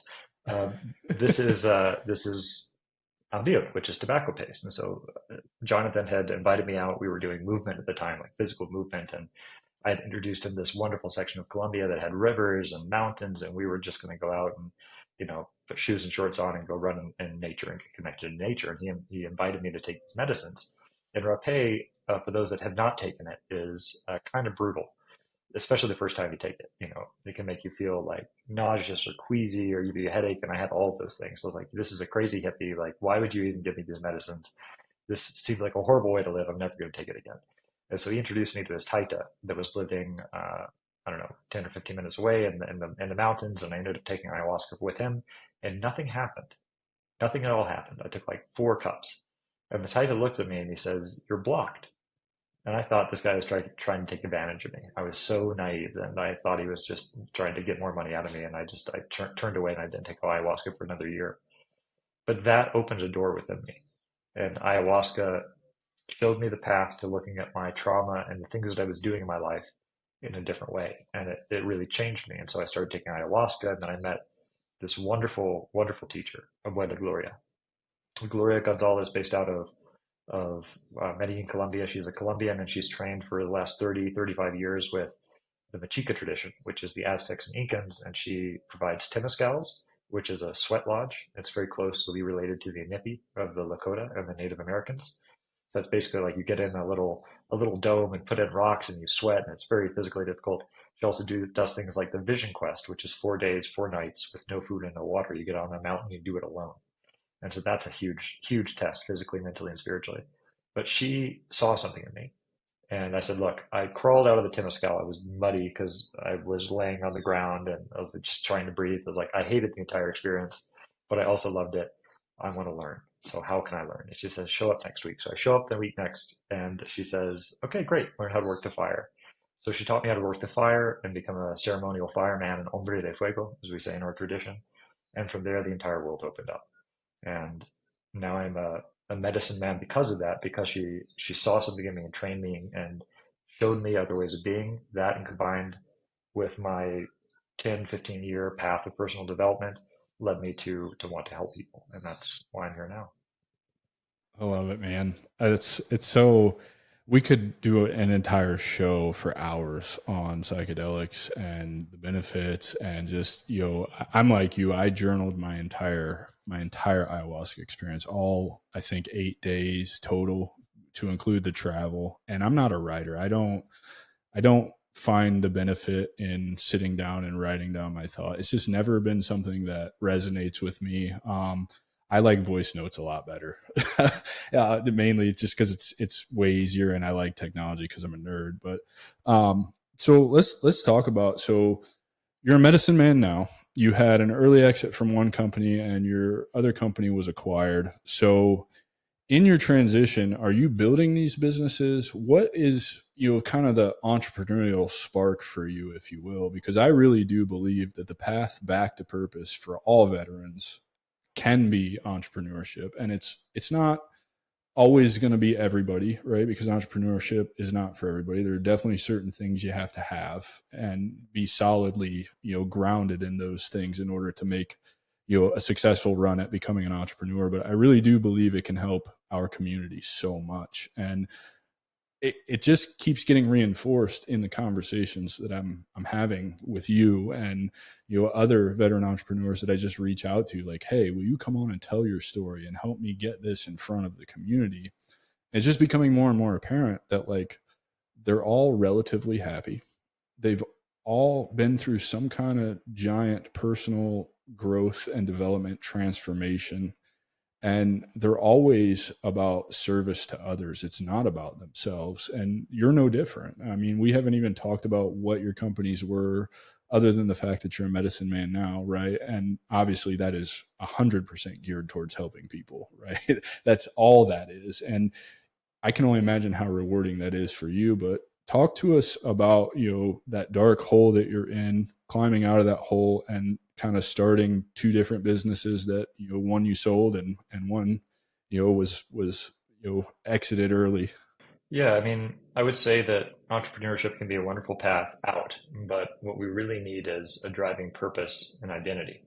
So my identity was tied to the amount of money that I was making, and my driving purpose was to get a lot of money so I could buy a boat, right? And I'm not saying that's a wrong thing to do, but it was a wrong thing to focus on for me. And so my first business, I coded. So I'd also gone to night school as a developer. So I knew I wanted to build SaaS businesses. And in order, one thing I learned in the army is it's impossible to manage what you don't understand. So even if you don't know how to, if you're a mortar platoon leader, you got to know how to load the mortars, basically. So I became a developer, and I coded with a friend of mine in my basement, my first software product, and it rapidly scaled. In 8 months, we were doing 50,000 a month. Most of that was profit. That doesn't surprise me, especially today. If you were to start a SaaS business, it would go relatively the same, especially with no code tools and Yeah, I shit like built it with that no that are code. out there I built it. now. I built it on Bubble. It was low code. Okay, It was yeah, low code because we still had to code a lot of stuff in it. And this isn't like saying that like every business that you start is going to be hard as hell. And many times it doesn't work, but this one did. But it taught me a very valuable lesson. And that was, okay, I'm making $50,000 a month in profit. This is amazing. But that amount of money destroyed me because I didn't have the purpose to guide me and I didn't have the skills necessary to maintain that amount of money. And so what happened was I got in a fight with my business partners and it lasted a while. They tried to take control of the company. I coded it, so I got him out of it finally, but it just destroyed the company and we got acquired when we were in a weak place. And so what I learned from that is, okay, like my guiding purpose can't be money. And that was a very important point. And that at my current level of consciousness, I don't have the ability to hold on to that amount of money because it's power. And I'm not capable of handling that much power. So I went back to the drawing board. And so yeah, during this process, I was working for various companies or getting remote jobs or building my own companies, and I had a lot of success doing that. But every step of the way, it taught me more and more that my path wasn't to get a lot of money. I needed to find some purpose to help people, and that's what really got me out of bed in the morning.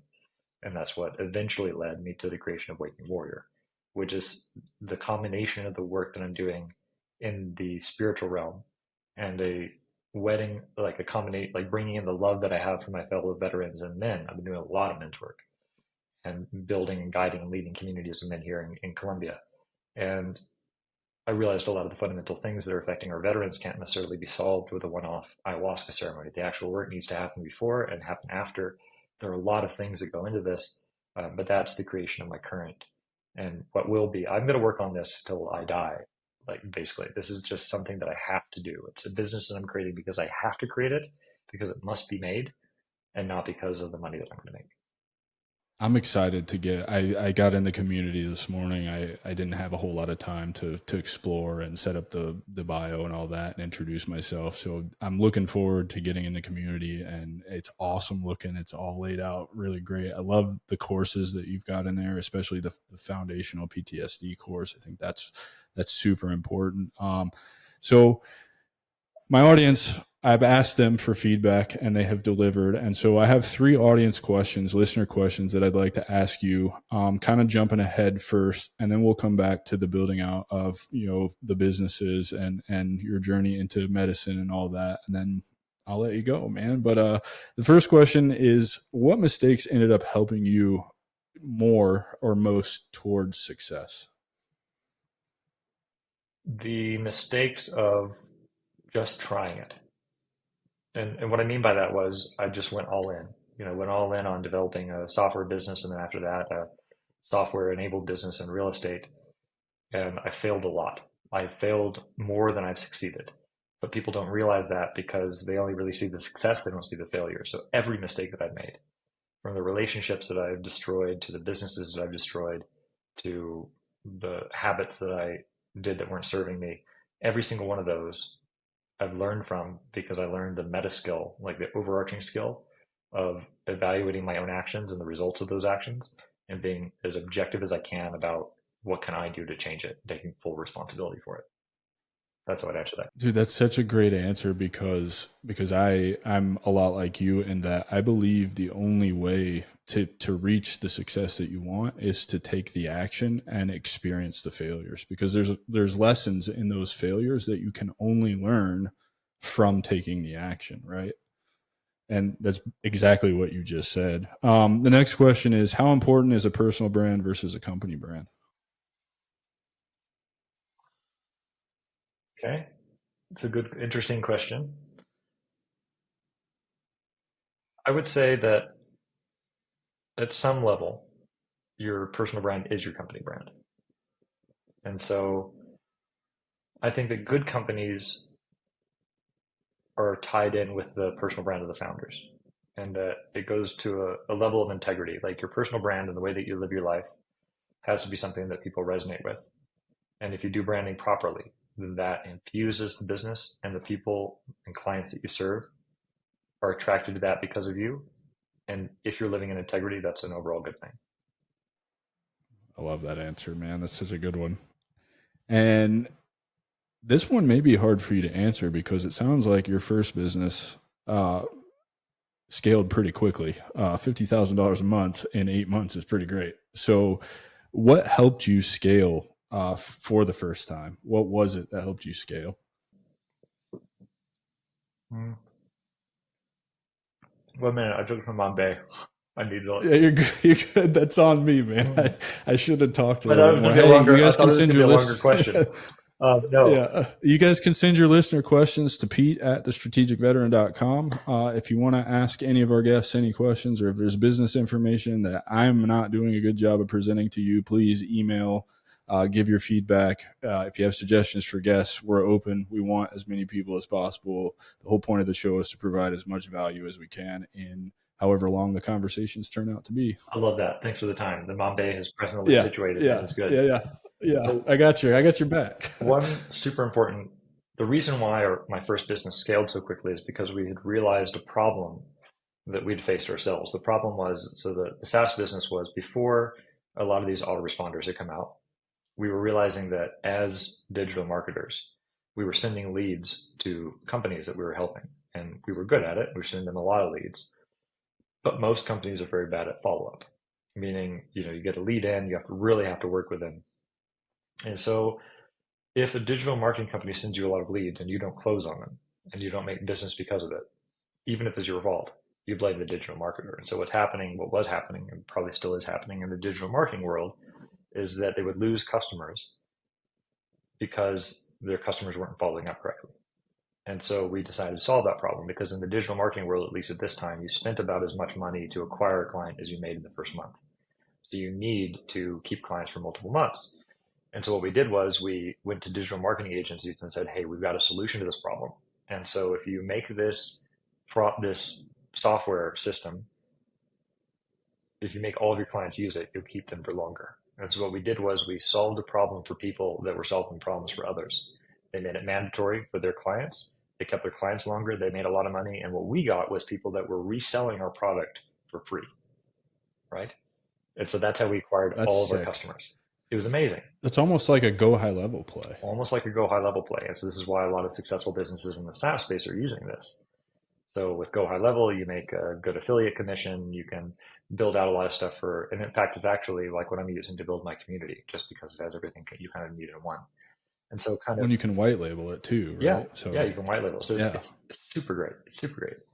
But that was what helped me scale. And at some level, so Waking Warrior, which I'm sure we'll get into later, it's not designed to make money. It will, I'm sure, eventually, because there's things that I can do to help. But the entire platform, the basis, the community, the courses, the things that I'm doing are all for free. So I'm working day jobs to make sure that this is successful and can be sustained. But the driving purpose behind this is to help people and to help veterans specifically. Now, what I'm doing is a lot of things like you're doing this podcast.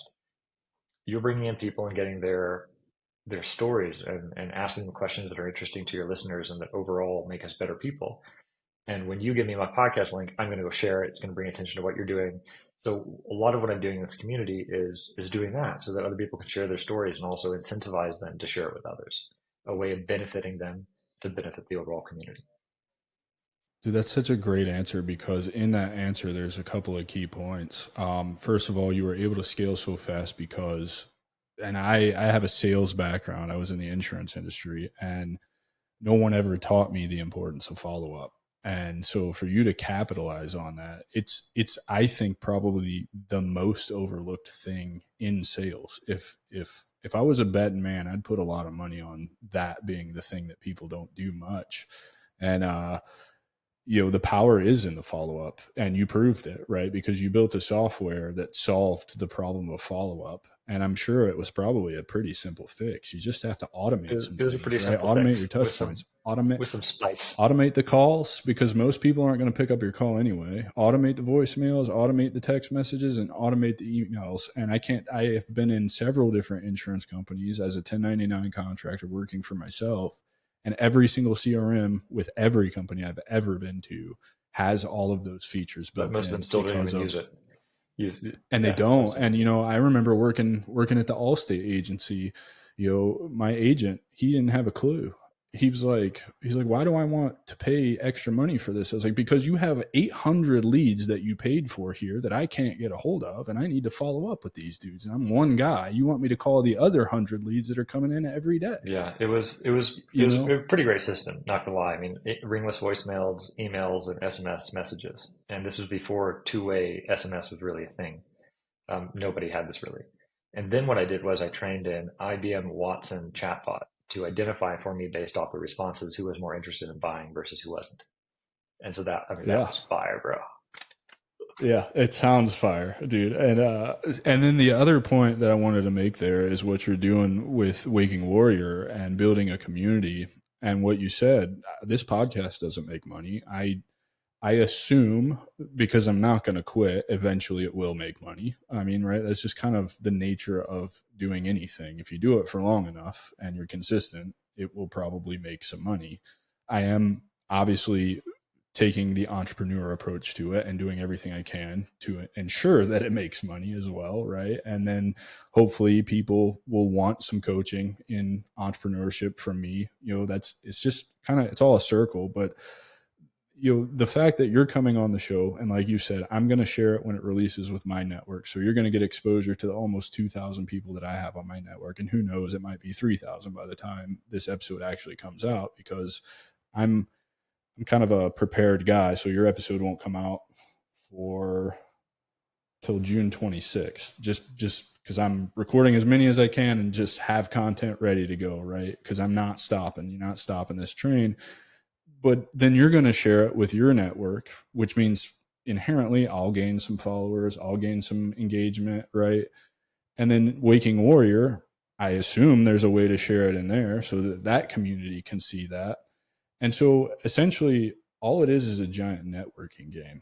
And I want you to speak a little bit about that point, because I was apprehensive to start reaching out to people, whether that be imposter syndrome or anxiety, because I just didn't think I had the smarts to talk to these people, or I was afraid to ask or whatever. But I've very quickly learned that networking, it's a vast majority of what you need to be successful as an entrepreneur. Would you agree to that? 100%. Yeah, and it's this idea that like people generally are good and they want to help other people.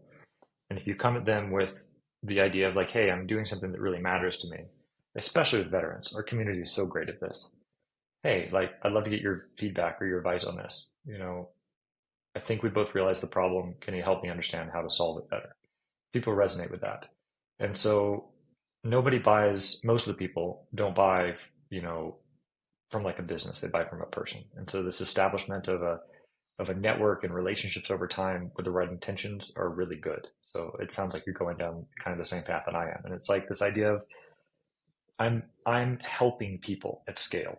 And that is always going to come along with some sort of financial remuneration. That's not the reason I'm doing it, but I'm going to help enough people at scale and the right opportunities are going to come along. I don't know what that looks like, but I have enough trust in the process to know that that's the thing. And even if this business Waking Warrior makes absolutely zero money, I'm going to be okay with that because it's fulfilling me in different ways. And I'm every day getting communication and connection with people that I'm helping, and they're helping me.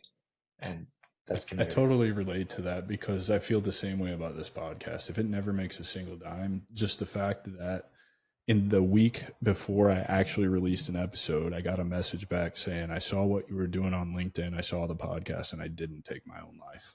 Amazing.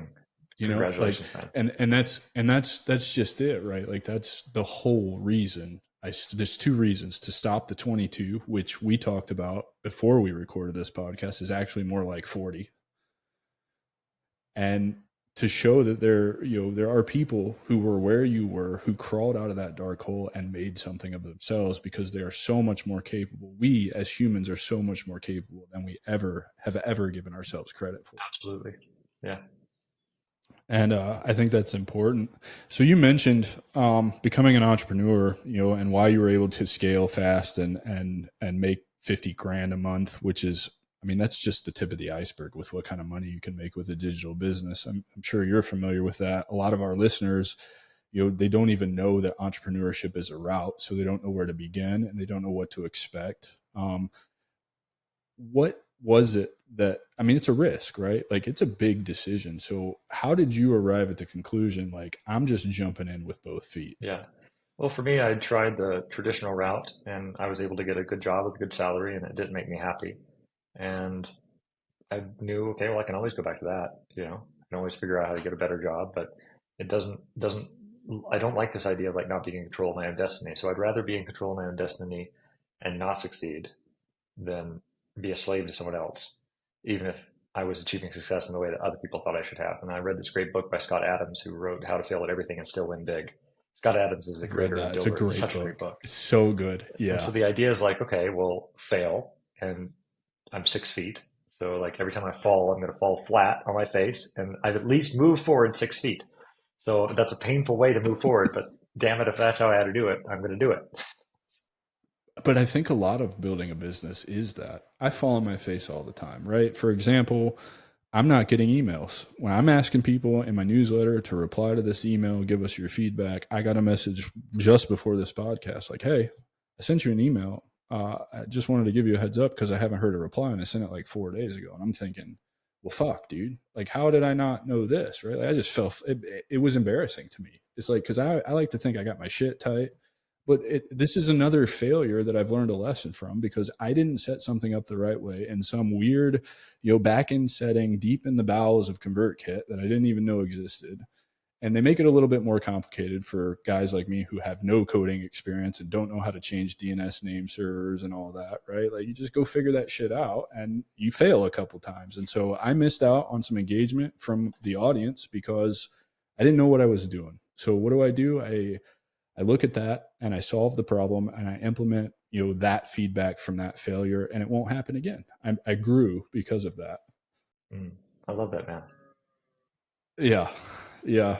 It's just another way to reframe, I think, the fear of people wanting to do their own thing. And I don't know, it's almost like maybe you can relate to this, maybe you can't. Like for me, the catalyst that actually just made me say fuck it, get rid of all my plan B was the ayahuasca journey in July. I came home, I told my wife I'm not, I know we waited, a year for the FAA to send me these numbers so I could finish CFI and, a week away from the check ride. I know I'm going to have to put, like $9,000 or $10,000 into finishing this. And I could walk into a career as an instructor at $25 an hour. And then, the sky's really the limit. I got a buddy flying for Alaska who just got a raise to like $240 an hour or whatever. So I would have been okay, but I eliminated plan B completely. And I told her that I'm going to build something online. I just know that there's something that I can do that's going to help people. And I trust my gut on this. And I think so much of this is just your gut really is just a word for your soul telling you that you're doing the right thing by yourself, I think.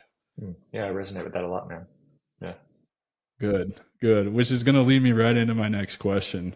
All the business stuff, and you addressed the fear part, but for veterans, I'm finding through giving the presentation to Allegiant Vets, which is where a lot of my audience came from. Shout out to you guys at Allegiant Vets for giving me a shot. What I'm finding is a lot of the feedback I'm collecting from these people is I opened a door that they didn't even know could be opened for them. Like they didn't know this door existed in entrepreneurship. So most of them don't have any idea where to start. So in your opinion, what would your advice be first steps? Like just, I'm Adam, I'm coming to you. I want to be an entrepreneur. I just hate the corporate world. It doesn't make me happy. Where should I start? I would say a lot of the focus and business advice that I see getting passed around is, try to look for monetizable opportunities or, you know, definitely start something. But what I think is the best way to go about long-term business is to think strategically and think in terms of years and not months. So not like how can I get a client this month and what do I do? But more along the lines of how can I be stupidly useful to people and how can I solve a problem that matters to me and how can I solve that problem in a better way than anyone else? At some level, this is the fuel of capitalism. The idea of I'm going to solve a problem better than anyone else and people will pay me for it. And so over time, that puts us in a better position because we got a lot of people trying to solve a lot of problems. So find a problem that matters to you, and probably, from my perspective, ignore any advice about, this is a great opportunity or SaaS is a great opportunity. Like, stop focusing on the opportunity and start focusing on the problem and get really good at solving problems. If you learn that as a meta skill, it doesn't matter if your first or 20th business doesn't work out, you're going to eventually be in a very good place. That's a great answer, man. I think the only thing, and you touched on it a little bit, I would add is just don't do it for the money, do it for the why. Why are what is it about pursuing this thing that makes you want to get out of bed every day? Because it's not money. I started my journey even after my ayahuasca trip thinking I have to make money. I've got a family to take care of, even though it's a wife and 2 dogs and it's not that demanding. But I quickly discovered when you focus on money, it's not great. It doesn't go well. When you start focusing on actually helping people, that's when everything started to change for me. I started giving away a bunch of free advice, asking people to jump on calls. How can I help you? Answering the DMs, right? Hey, I had this idea. I wondered if you would give me some feedback on it. Yeah, let's jump on an hour-long call real quick. I'll talk to you about this. You know what I mean? This is what I've learned. And so I think that's what I would add to that. Yeah, there's a couple of foundational things, one of which Scott Adams talked about, is this idea of like skill stacking. So it's very hard to become the number one basketball player in the world. You've got to become, you've got to be very tall, you've got to practice long, but it's not very hard to be the best basketball player or a very good basketball player and a very good coder, for example. So like start learning skills that you can stack. Like I'm a halfway decent programmer and a halfway decent designer and a good salesperson and all these things. And then you have a very unique skill set that people will call on. So be useful to people. Don't focus on the money. If you do focus on the money, like really think about that and maybe think about like why you're doing it for. And also I'd like to encourage veterans that we have this kind of this idea in our society that you're either an entrepreneur or you're a slave. And especially when you have a family to care for and responsibilities, this doesn't mean drop everything that you are doing and go full in on your passion, even if it doesn't make any money, because that can also be bad. No, it does not Right? mean that at all. It is okay. Yes. You personally are working regular jobs there in Yeah, Medellin, right? I'm working a regular job, and that's okay. It doesn't make me any less of an entrepreneur. What an entrepreneur means is that you're going to be pursuing things on the side, and then if one of them works out, then maybe you do that for your main gig when it's making enough money to support you and your family. So this kind of comes from Nassim Taleb's idea of a barbell strategy. I've got a job and I got a company.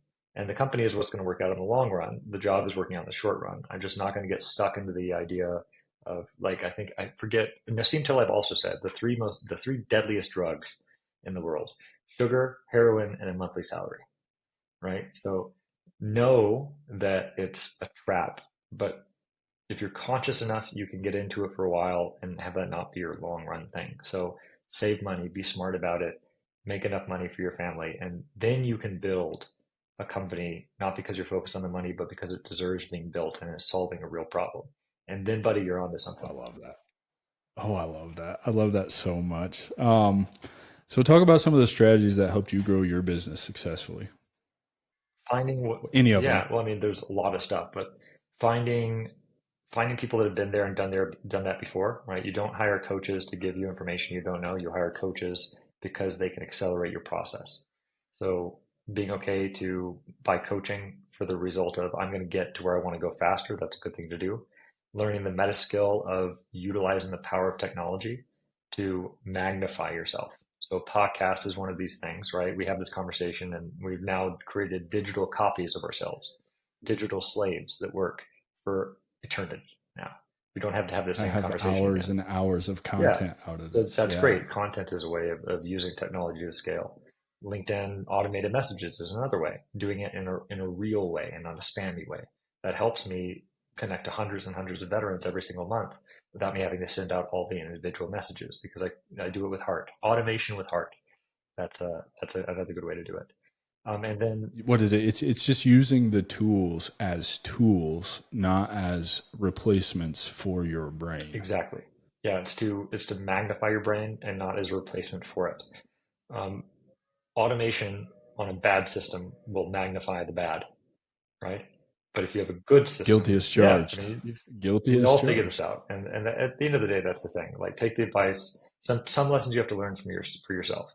But the mark of a really smart person is the fact that they can learn lessons from others vicariously. You know, so try to learn as few lessons from bad personal experience as you possibly can. I couldn't agree with that more. And, just to expand on that a little bit, investing in yourself, right? You said you don't get a coach to teach you things you don't know. You get a coach to accelerate your process. I've not paid for a coach. I've been blessed enough to just meet people who want to coach me because for whatever reason, I don't think that's that uncommon. The more and more people I meet, the more and more that I talk to, the more and more that tell me the same thing. I started coaching you because you're a cool dude and I saw potential on where you could go and you take action and you work hard, right? Like it's really all it takes. And so, you know, the networking piece again, it's that again, right? Like we're networking here and you should be building time, I think, into your calendar every week to just book meetings to just talk to people. I anytime somebody reaches out to me in the DMs like, "Hey, we should jump on a call," I am immediately, "Where's your link, or do you want me to send mine?" Like, let's get on the calendar as soon as possible because there's something to be learned in these conversations with people, whether it applies to your business right now or applies to your business after you're ready to go public. You just file that into your little tool vault and draw on it when you need it, and it makes you just that much better. So I like that, man. That's really, really I cool. would also say, like, for veterans, there are a ton of resources that exist. So wakingwarrior.org is one of those resources. Anybody is going to be happy to talk to you there. But there are also a lot of nonprofits like Veterati, for example. Veterati, I think, also .org, where you can hop on with military members that have signed up to be mentors, right? So you can search and find people that want to mentor you and that are happy to do so and have hour-long conversations with you whenever you want to schedule them. That is gold. No other community that I know of has that. So look for people to mentor you, look for people to coach. It doesn't mean buying coaching opportunities like you mentioned. There are a lot of places to do that for free. And then the other thing that I would mention is work on healing yourself from your trauma and work on making yourself a better person, because you will be very surprised to learn that the effect and success you have in business is very tied to yourself as a person and how you're living your life. And as you I think this is a great segue into that because I, as I start developing an offer for a coaching program, I think a big part of what I'm going to teach is the mindset personal development piece because I agree with you. I think it's so important. So let's talk about that. It took me a cheat code in ayahuasca to understand that when you start doing the deep hard work on yourself, looking in the mirror, having those conversations, exploring those thoughts and feelings, and following all the way back to their roots, that not only your health improves, but every aspect of your life follows suit. So if you take care of yourself, everything else just for me started falling into place. Would you agree that that's kind of how it works? absolutely, man, 100%. Yeah, it's strange, and I think the reason I came to that conclusion is just because my ayahuasca journey showed me that everything is connected. Everything, we're all connected. Me and this desk, this camera, we all vibrate at frequencies. There's everything going on, and it's just all kind of connected. And in order for me to put out those good vibrations, that are essentially going to come back to me, I had to get my mind right, and I had to really, for me, it was about balance and reestablishing. I was overrun with just so much dark, right? I had to let that light come back in and balance me out. And so since that journey, kind of really all of my practices are to just maintain that balance. And it's not an even keel, right? Like there's ups and downs. It's just you want a nice sine wave, if you will, right? Not too low and not too high for too long, right? And just back to baseline. So talk about that part of it. What do you think is most essential to work on? Is it healing from traumas? Is it finding empathy? Is it being a servant leader? Is it all of them? Yeah. Well, this is one of the things that ayahuasca and similar plant medicines really help you do, because we believe the medicines have a consciousness and a real ability to direct our experience. And so With ayahuasca, for example, like I can't tell you what's the most important to work on for your life. The medicine tells you.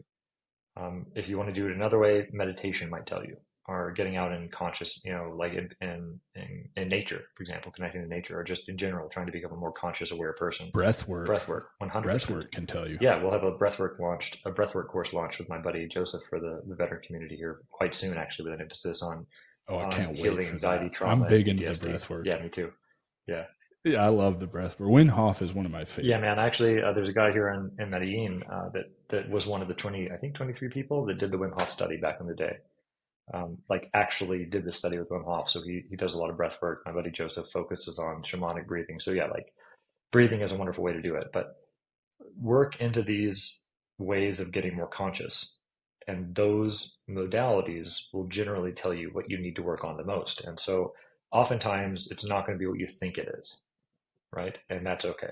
And so I think you kind of touched on this a little bit, but the idea of healing is not an easy one, and it's a long process. Like it's probably going to continue until you die, because you overcome something, and then you go a little bit deeper, and you're like, oh, I wasn't aware of that, or I wasn't aware that I'm like not connected with people around me. And then you work on that, and at some point you start to get really happy about finding those opportunities, instead of like, oh my god, I got to go through this. Like, hell yeah, I got something that I can work on, because this makes me a more conscious person and a happier person. And so for those of you that haven't started on your healing journey, it can be very difficult to imagine, why would I want to put myself through pain now?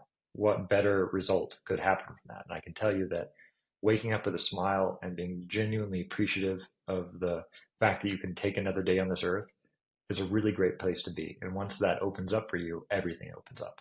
And so sometimes that can be some pain to get there. This kind of speaks a little bit to the difference between the Western and indigenous traditions in terms of healing people.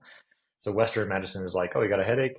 Here's an Advil, and then the indigenous are like, well, why do you have a headache? Are you maybe dehydrated? Try some water, right? They're looking for they're looking not to treat the symptoms. They're looking to treat the root. And I believe in looking at a problem with two eyes, right? The eye of Western medicine, symptom, and also the eye of the root of the indigenous, right? So work on both, take an Advil and drink some water, and don't rely on drinking, on taking Advil. So that if you apply this to like sort of a mental and spiritual perspective, like, okay, somebody's depressed, here's a SSRI, a serotonin inhibitor, you'll feel better.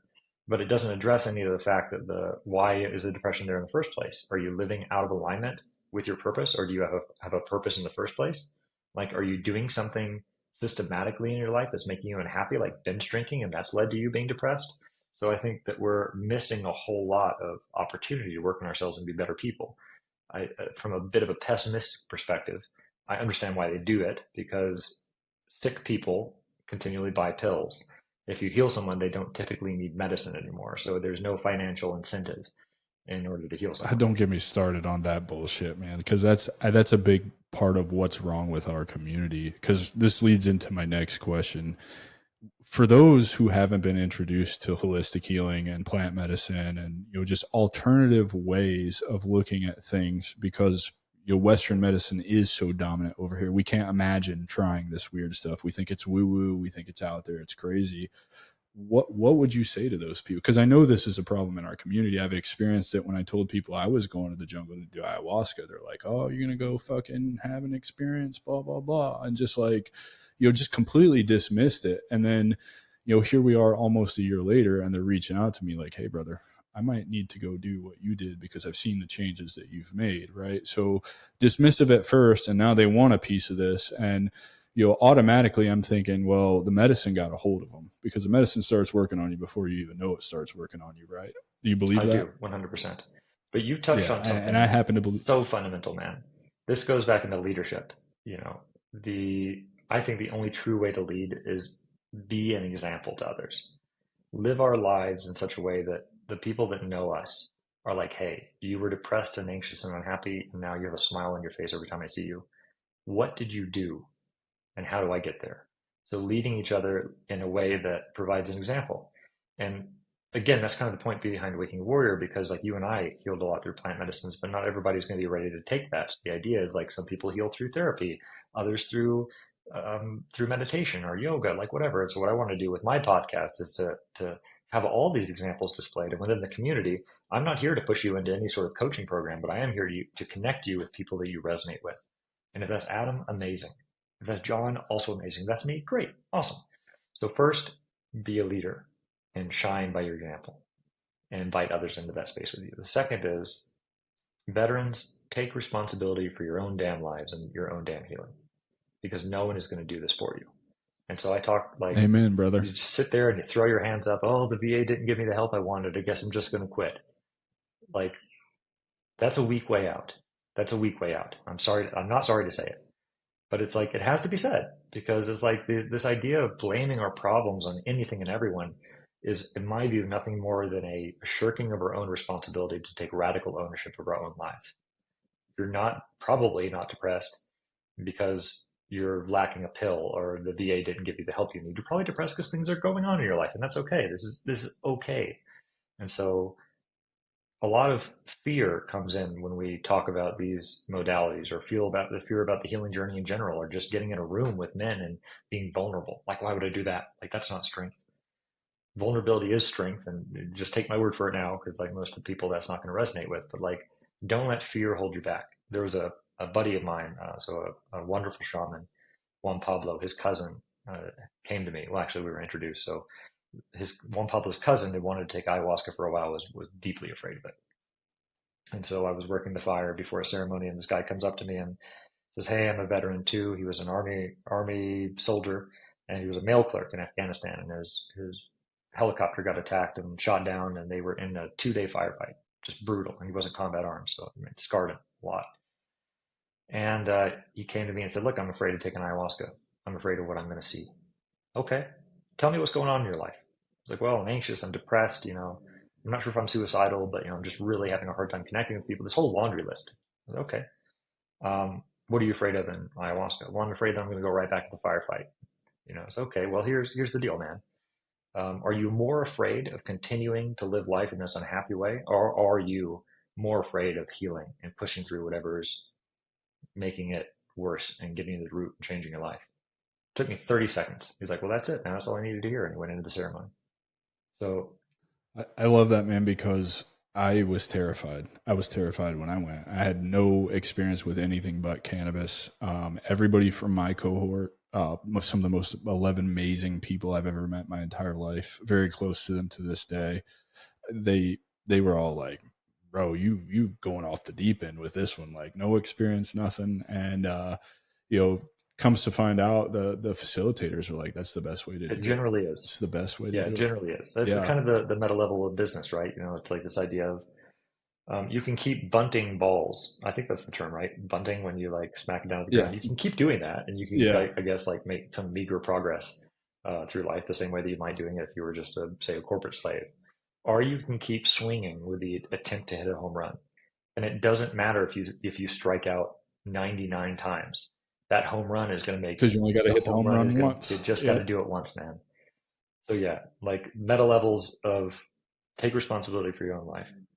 Seek to be an example. And I think that's the most important part you're making here, is taking responsibility for your own life is the first step to taking the healing journey. You will not heal. You will not heal until you take ownership that this is your fault, and what you're going through, you have control over. I believe that fundamentally at my core, and I don't think anybody's ever going to convince me otherwise. Yeah. It's not saying that, and I do fundamentally think that this is a deeper conversation, but I do think that everything that has happened to us is actually our own fault. But that's a separate conversation. But I'd love to have that conversation at some point. The things that it would involve us going into some stories of some chumas and some spiritual work that would turn off like 99.5% of the people that would ever listen to this. So let's have that offline or in another conversation. Yeah, we will definitely have that conversation muggles, offline. Do not listen. But the idea is that, like, things have happened to us in our lives that generate trauma, but the defense mechanisms that the body creates to carry us through that oftentimes spin out of control and have negative effects on our life. And that is what we can change. We can't change what happened to us, but we can change the way that we react to it and the things in our life that we're doing because of it. That is definitely possible. And so at some level, you have to stop blaming what happened or who did it to you and say, okay, I can definitely change what I'm doing in my life. And what I'm doing in my life is harming me and others around me. Because what we don't realize is, like, yeah, PTSD, anxiety, depression, these things affect us, but they also affect everyone else that we're connected to, our support network, our wives, our children, our friends and family. This is very important stuff. And so I think that needs to be considered more. Yeah. Thanks for touching on that and going on this tangent with me. Sorry, stepping off the soapbox. Yeah, no, man, and it's hard for me too because I am so passionate about plant medicine because I know what it's done for me. Like I'm walking proof that it's changed my life. I know several other people, that I took inspiration from, followed suit, went and did a journey of my own because it changed their lives, and I think it's important to be upfront about that and be like, hey, I avoided the VA for the specific reason I saw what the pills were doing to my friends, and so I do appreciate you indulging me on this tangent and opening it up for deeper conversations that maybe we can have in Waking Warrior. I think that would be a great conversation to have there. um let's back to the business stuff though. What are the common pitfalls? I want these guys to understand, like, from the very beginning I try to tell them, like you're not going to make $10,000 a month overnight. You're not going to do it in the first month. You're probably not going to do it in the first year, and if you do, you're probably an outlier. So you're going to encounter a lot of failure. 2 to 4 years is kind of more what I use as kind of like a timeline for people to actually make an income that they could probably not work a real job anymore. I don't know if I'm off on that. I think if you are disciplined enough to work your regular job and come home and then work your side hustle, you could do that. But what are just some pitfalls that you would point out, some of the bigger ones, or maybe some obscure ones that people don't know about when starting in entrepreneurship? Yeah. Well, I mean, one pitfall, which is not, I think, the most important, is this idea of I'm going to do this because other people are doing it. If a lot of other people are doing it, then you've probably not got something unique, you know? Like, don't follow the herd. Follow your own ideas, and your own ideas are generally created from problems that you have direct experience with solving or that are affecting you in some way. So, like, don't focus on the opportunities or don't focus on where people are going. Focus on your own problems and solve those. And you not only will you help yourself, but you'll help others along the way. And then what I think affects most entrepreneurs is head trash, imposter syndrome, anxiety. Is this going to work? Oh, I can't do this. I'm going to quit. Like you said, most businesses are not created overnight, and it's an outlier even to create a 50K business at 8 months. This is very much an outlier. We often underestimate what we can do in a decade and overestimate what we can do in a year. So think in a longer time frame and position yourself in such a way, either through savings or through working a part-time or full-time job, to where you can invest as much time as you need into it. And don't be afraid of failure, but don't go seeking it either. I love that answer, man, because I agree with everything you just said. I think it's definitely important to, especially what you said with the timeline, think in decades, don't think in years. Cause I'm looking at coming up on a year since I started building. And it's like, holy shit, where did the time go? Like there was no way I was ever going to cram enough, knowledge and action into the year to get to where I'm eventually going to go at the end of 10 years, 20 years, whatever, so I really like that. How do you measure success in your ventures? What is success?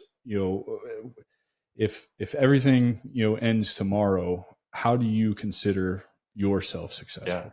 For me, it's about the people that I help. So I'm helping in my day job those that want to start their own businesses with like the actually 2 day jobs. I'm quite busy, but hey, I'm enjoying it. Um, Well, we appreciate you making time to be it's here. well, this is what I do, man. This is like I'm so excited to do this because how I measure success is not the money in my bank account. I've tried that. I've had a lot of money in my bank account and lost all of it too, and I've just bought everything that I wanted. I just being much more comfortable with less. So for me, it's not the money that I have in my bank account, but it's the effect that I'm having on my family and my community and the people that I'm serving. So when people come to me and say after a good ceremony, like, hey, this really changed my life, or I saw you out by the fire and I'm so grateful that you were serving us, or I talked to a veteran and their life changes, or they tell me that they didn't commit suicide because of something that they saw on Waking Warrior. That's what gets me going. So this kind of ties back to the business thing as well. Like, and We can operate off of a goal mentality where I'm going to be happy when I get to X amount of money, and that's never going to work for you. Even if it's not a financial goal, I'm going to be happy when X. Happiness is achieved by truly enjoying and being grateful for the experiences that you have when you're on the journey itself. That's the trick. And so, yeah, you're still going to go through tough times, and I still go through tough times, but I have such a guiding purpose that I know that even if I can't see my next step, I know the general direction I was heading beforehand. So I just have to keep going in that direction, and everything's going to work out all right. And so this the It's great, man. That's so great. in the tradition that I follow. So it's called the Red Path, and it is a lot of it's temescals. We do temescals. We have three other major rituals. One of those is the Vision Quest, the 4-day, 4-night, no food, no water fast. So that in alone helps you to be a lot happier, because after you've gone without food and water for 4 days, your meals and water that you receive become very much more full of gratitude. That's one thing. Another thing is the moon dance, where we don't eat and don't drink and we dance all night for 4 nights. Another is the sun dance. All of those traditions kind of boil down to a couple different ways of seeing the world. And one of those is the Lakota phrase, okahe. And it means today is a good day to die. And the idea behind that is not some sort of fatalistic, like I can die now, whatever. It's the idea of I have given my absolute best today in pursuit of something meaningful. I've supported my tribe. I've supported myself. I've worked hard. I've done whatever I could. And if this is the day that Great Spirit decides to remove me from this plane of existence, okay, today is a good day to die. I surrender to it. And if you can get yourself to that point, you're like, man, this was a tough day, but it's something valuable, and I moved towards my own success and my own freedom, and I helped someone along the way. What a great way to live life. So great, man. I love that so much because it's very much what I do every day. Just I had a bad day Thursday. I worked half a day Friday. I said I'm gonna just reset, recharge, go do some mindfulness stuff outside, and Saturday morning, right back in front of the computer doing the work because it's fun. It really is fun. It's rewarding, and again, like I said earlier, right, the balance, not too high highs and not too low Exactly. lows. It's I very much don't balanced. dwell on those lows Yeah, anymore. it's You very know, much balanced. I knew I was having a bad day, so I looked at those undisciplined thoughts, and it may have taken me a half a day to reframe them, but I'd rather lose half a day than lose 6 fucking months. Or You know worse, what I mean? continue. You can become a slave to your own business as well, or the things that you're doing. If you're so focused on the goal, you're like, no, I got to sit down and I got to crush it every day. This is the great problem that I have with the Gary Vaynerchuk's of the world. You know, the alpha male type A, got to go get it. Like, if you aren't making 100 sales calls a day, like, I was like, guys, fucking calm down, man. This is the balance between the masculine and the feminine. The masculine, purposed and focused, and I got to do this. I got to do this thing all the time. The brute force Yeah, versus the finesse and then the approach. finesse of Yeah. like having space for yourself to like, hey, having a bad day and these thoughts are coming up, like, well, take space for those thoughts. Like, go out and sit in nature for a little bit and say, look, I'm going to take some time off and I'm going to allow myself to flow. I might do something creative, and over time you're going to move in a much more balanced way, because what most people forget, and it's easy to forget, especially for driven individuals like us, is this is a marathon, not a sprint. You have to maintain a pace that you can exist in and keep up going for a very long time, because you don't want to be in the cycle of like frenetically manically working for a while and then taking like a month off because your health is destroyed, right? Do yourself a favor and slow down if you feel like you need to slow down. Don't let anyone tell you that you can't take time for yourself. Be balanced. Take a breath. I agree. I agree 100%. And it may be slower or, a little bit more detrimental to growth, but I do tend to work every day, 7 days a week. I do something to move the business forward or, to achieve the goal. But I'm also not afraid on a Wednesday when I got errands to run and I have the car, since we're a 1 car family, to go run those errands and shut the business down for a day.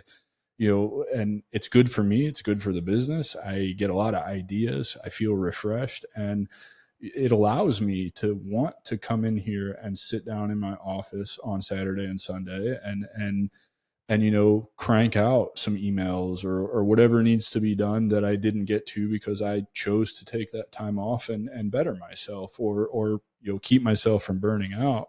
And so with that, I would ask you, is there been any kind of unconventional business wisdom that you've gotten on your journey that has really kind of unlocked some things for you that, I know you just touched on the Gary Vaynerchuk's and the Alex Hormozis. You should be working till you die and never stop working.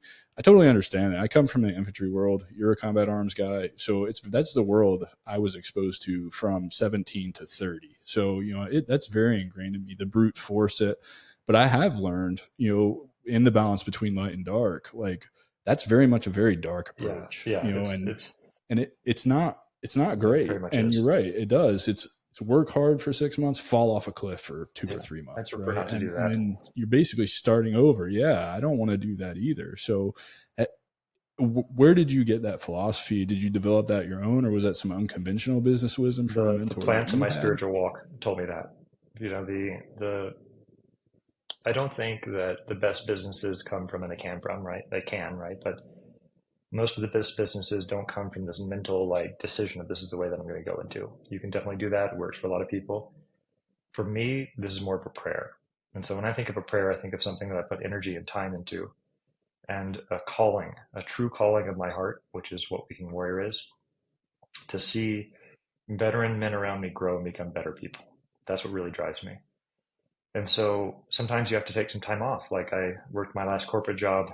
There's a startup, a well-funded startup called Safety Wing. We were building the world's first country online. They brought me in a couple of years ago when they had launched their second business unit, and the second business unit was failing. So their objective was to build a health insurance that works in every country in the world, out of notable examples like North Korea. It won't work there. Don't go there. And the business was failing to the point where the partners they had chosen were trying to put them out of business. And so we were doing about $200,000 a year in annual revenue, and deeply unprofitable. And within a year, I built a team, and we were doing $7.5 million. Right. So that was my last corporate job, and I stacked up a pile of money, and then I just left. I left for a year and a half, and I did a lot of healing. I did a lot of ayahuasca. I did a lot of plant medicines, and I took care of my own internal garden. And the thing about an internal garden is flowers can bloom, and it's taken care of. And flowers started to bloom, and this prayer, this calling of Waking Warrior happened, and then now I'm watering it. And when I have important decisions to make, I go take some rapé. I talk to the tobacco spirit, or I go into a plant medicine ceremony. I'm like, okay, how should I solve this problem? And it's a much more, for me, holistic way of growing it. And like traditional people will, it's nonsense. Okay, all right, do what you're way, man. It's working for me. And that's the overall thing of it. Like it's given me, my work with plant medicines has given me such a compassion and understanding that everyone's going to solve their problems through a different way. And plant medicines are not the solution for everyone. And they're not the solution in and of themselves either. They don't do the work for you. Nothing does the work for you. And no person can ever come to you and say, this is the way to heal, do it this way. No one can ever come to you and say, this is the way to do a business, do it this way. Take the advice and seek out advice from other people, and filter that through your own experience. And if you don't have experience, go get some by failing or trying something, and just do that and find out a way that works for you. And when you find that way, be an example to others, either in business or healing or both. And keep in mind that everybody cuts the cake a different way, and that's okay. And be compassionate with them. Yeah, there's a million and one ways to do it, and they're all the right way. Yeah, it's just find the way that works for you. And that's the guiding purpose and intention for Waking Warrior. Is I don't have a program to sell you. I have examples of people that have healed in different ways, and I will connect you with those people. Let's go. And so let's fucking go. That's right. The unconventional way of building a business is what I've learned for me is I'm treating it like a prayer. Like Great Spirit, help this succeed and help it reach the veteran men that need it, and help them live lives in a way that make others resonate with that, and help me be a connector. Help me help people at scale.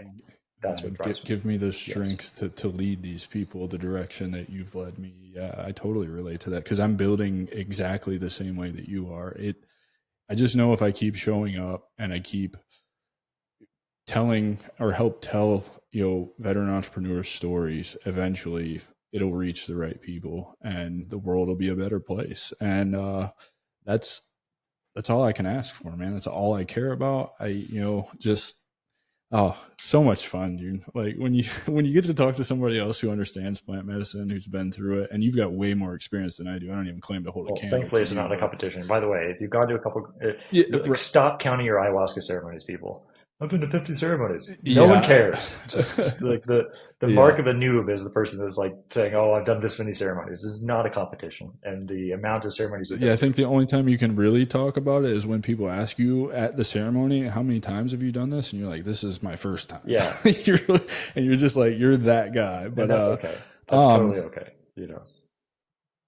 has your journey into entrepreneurship put any kind of undue strains on personal relationships, or has it helped mend personal relationships in your life that you can think of? And if so, why do you think that is? Well, certainly entrepreneurship requires a lot out of you. It requires a lot out of your time. And so I've solved that by just being like, I handle every relationship that I'm possible of handling in my life with open honesty, communication, and respect. I think that that's a fundamental way of doing it. That's my own level of integrity.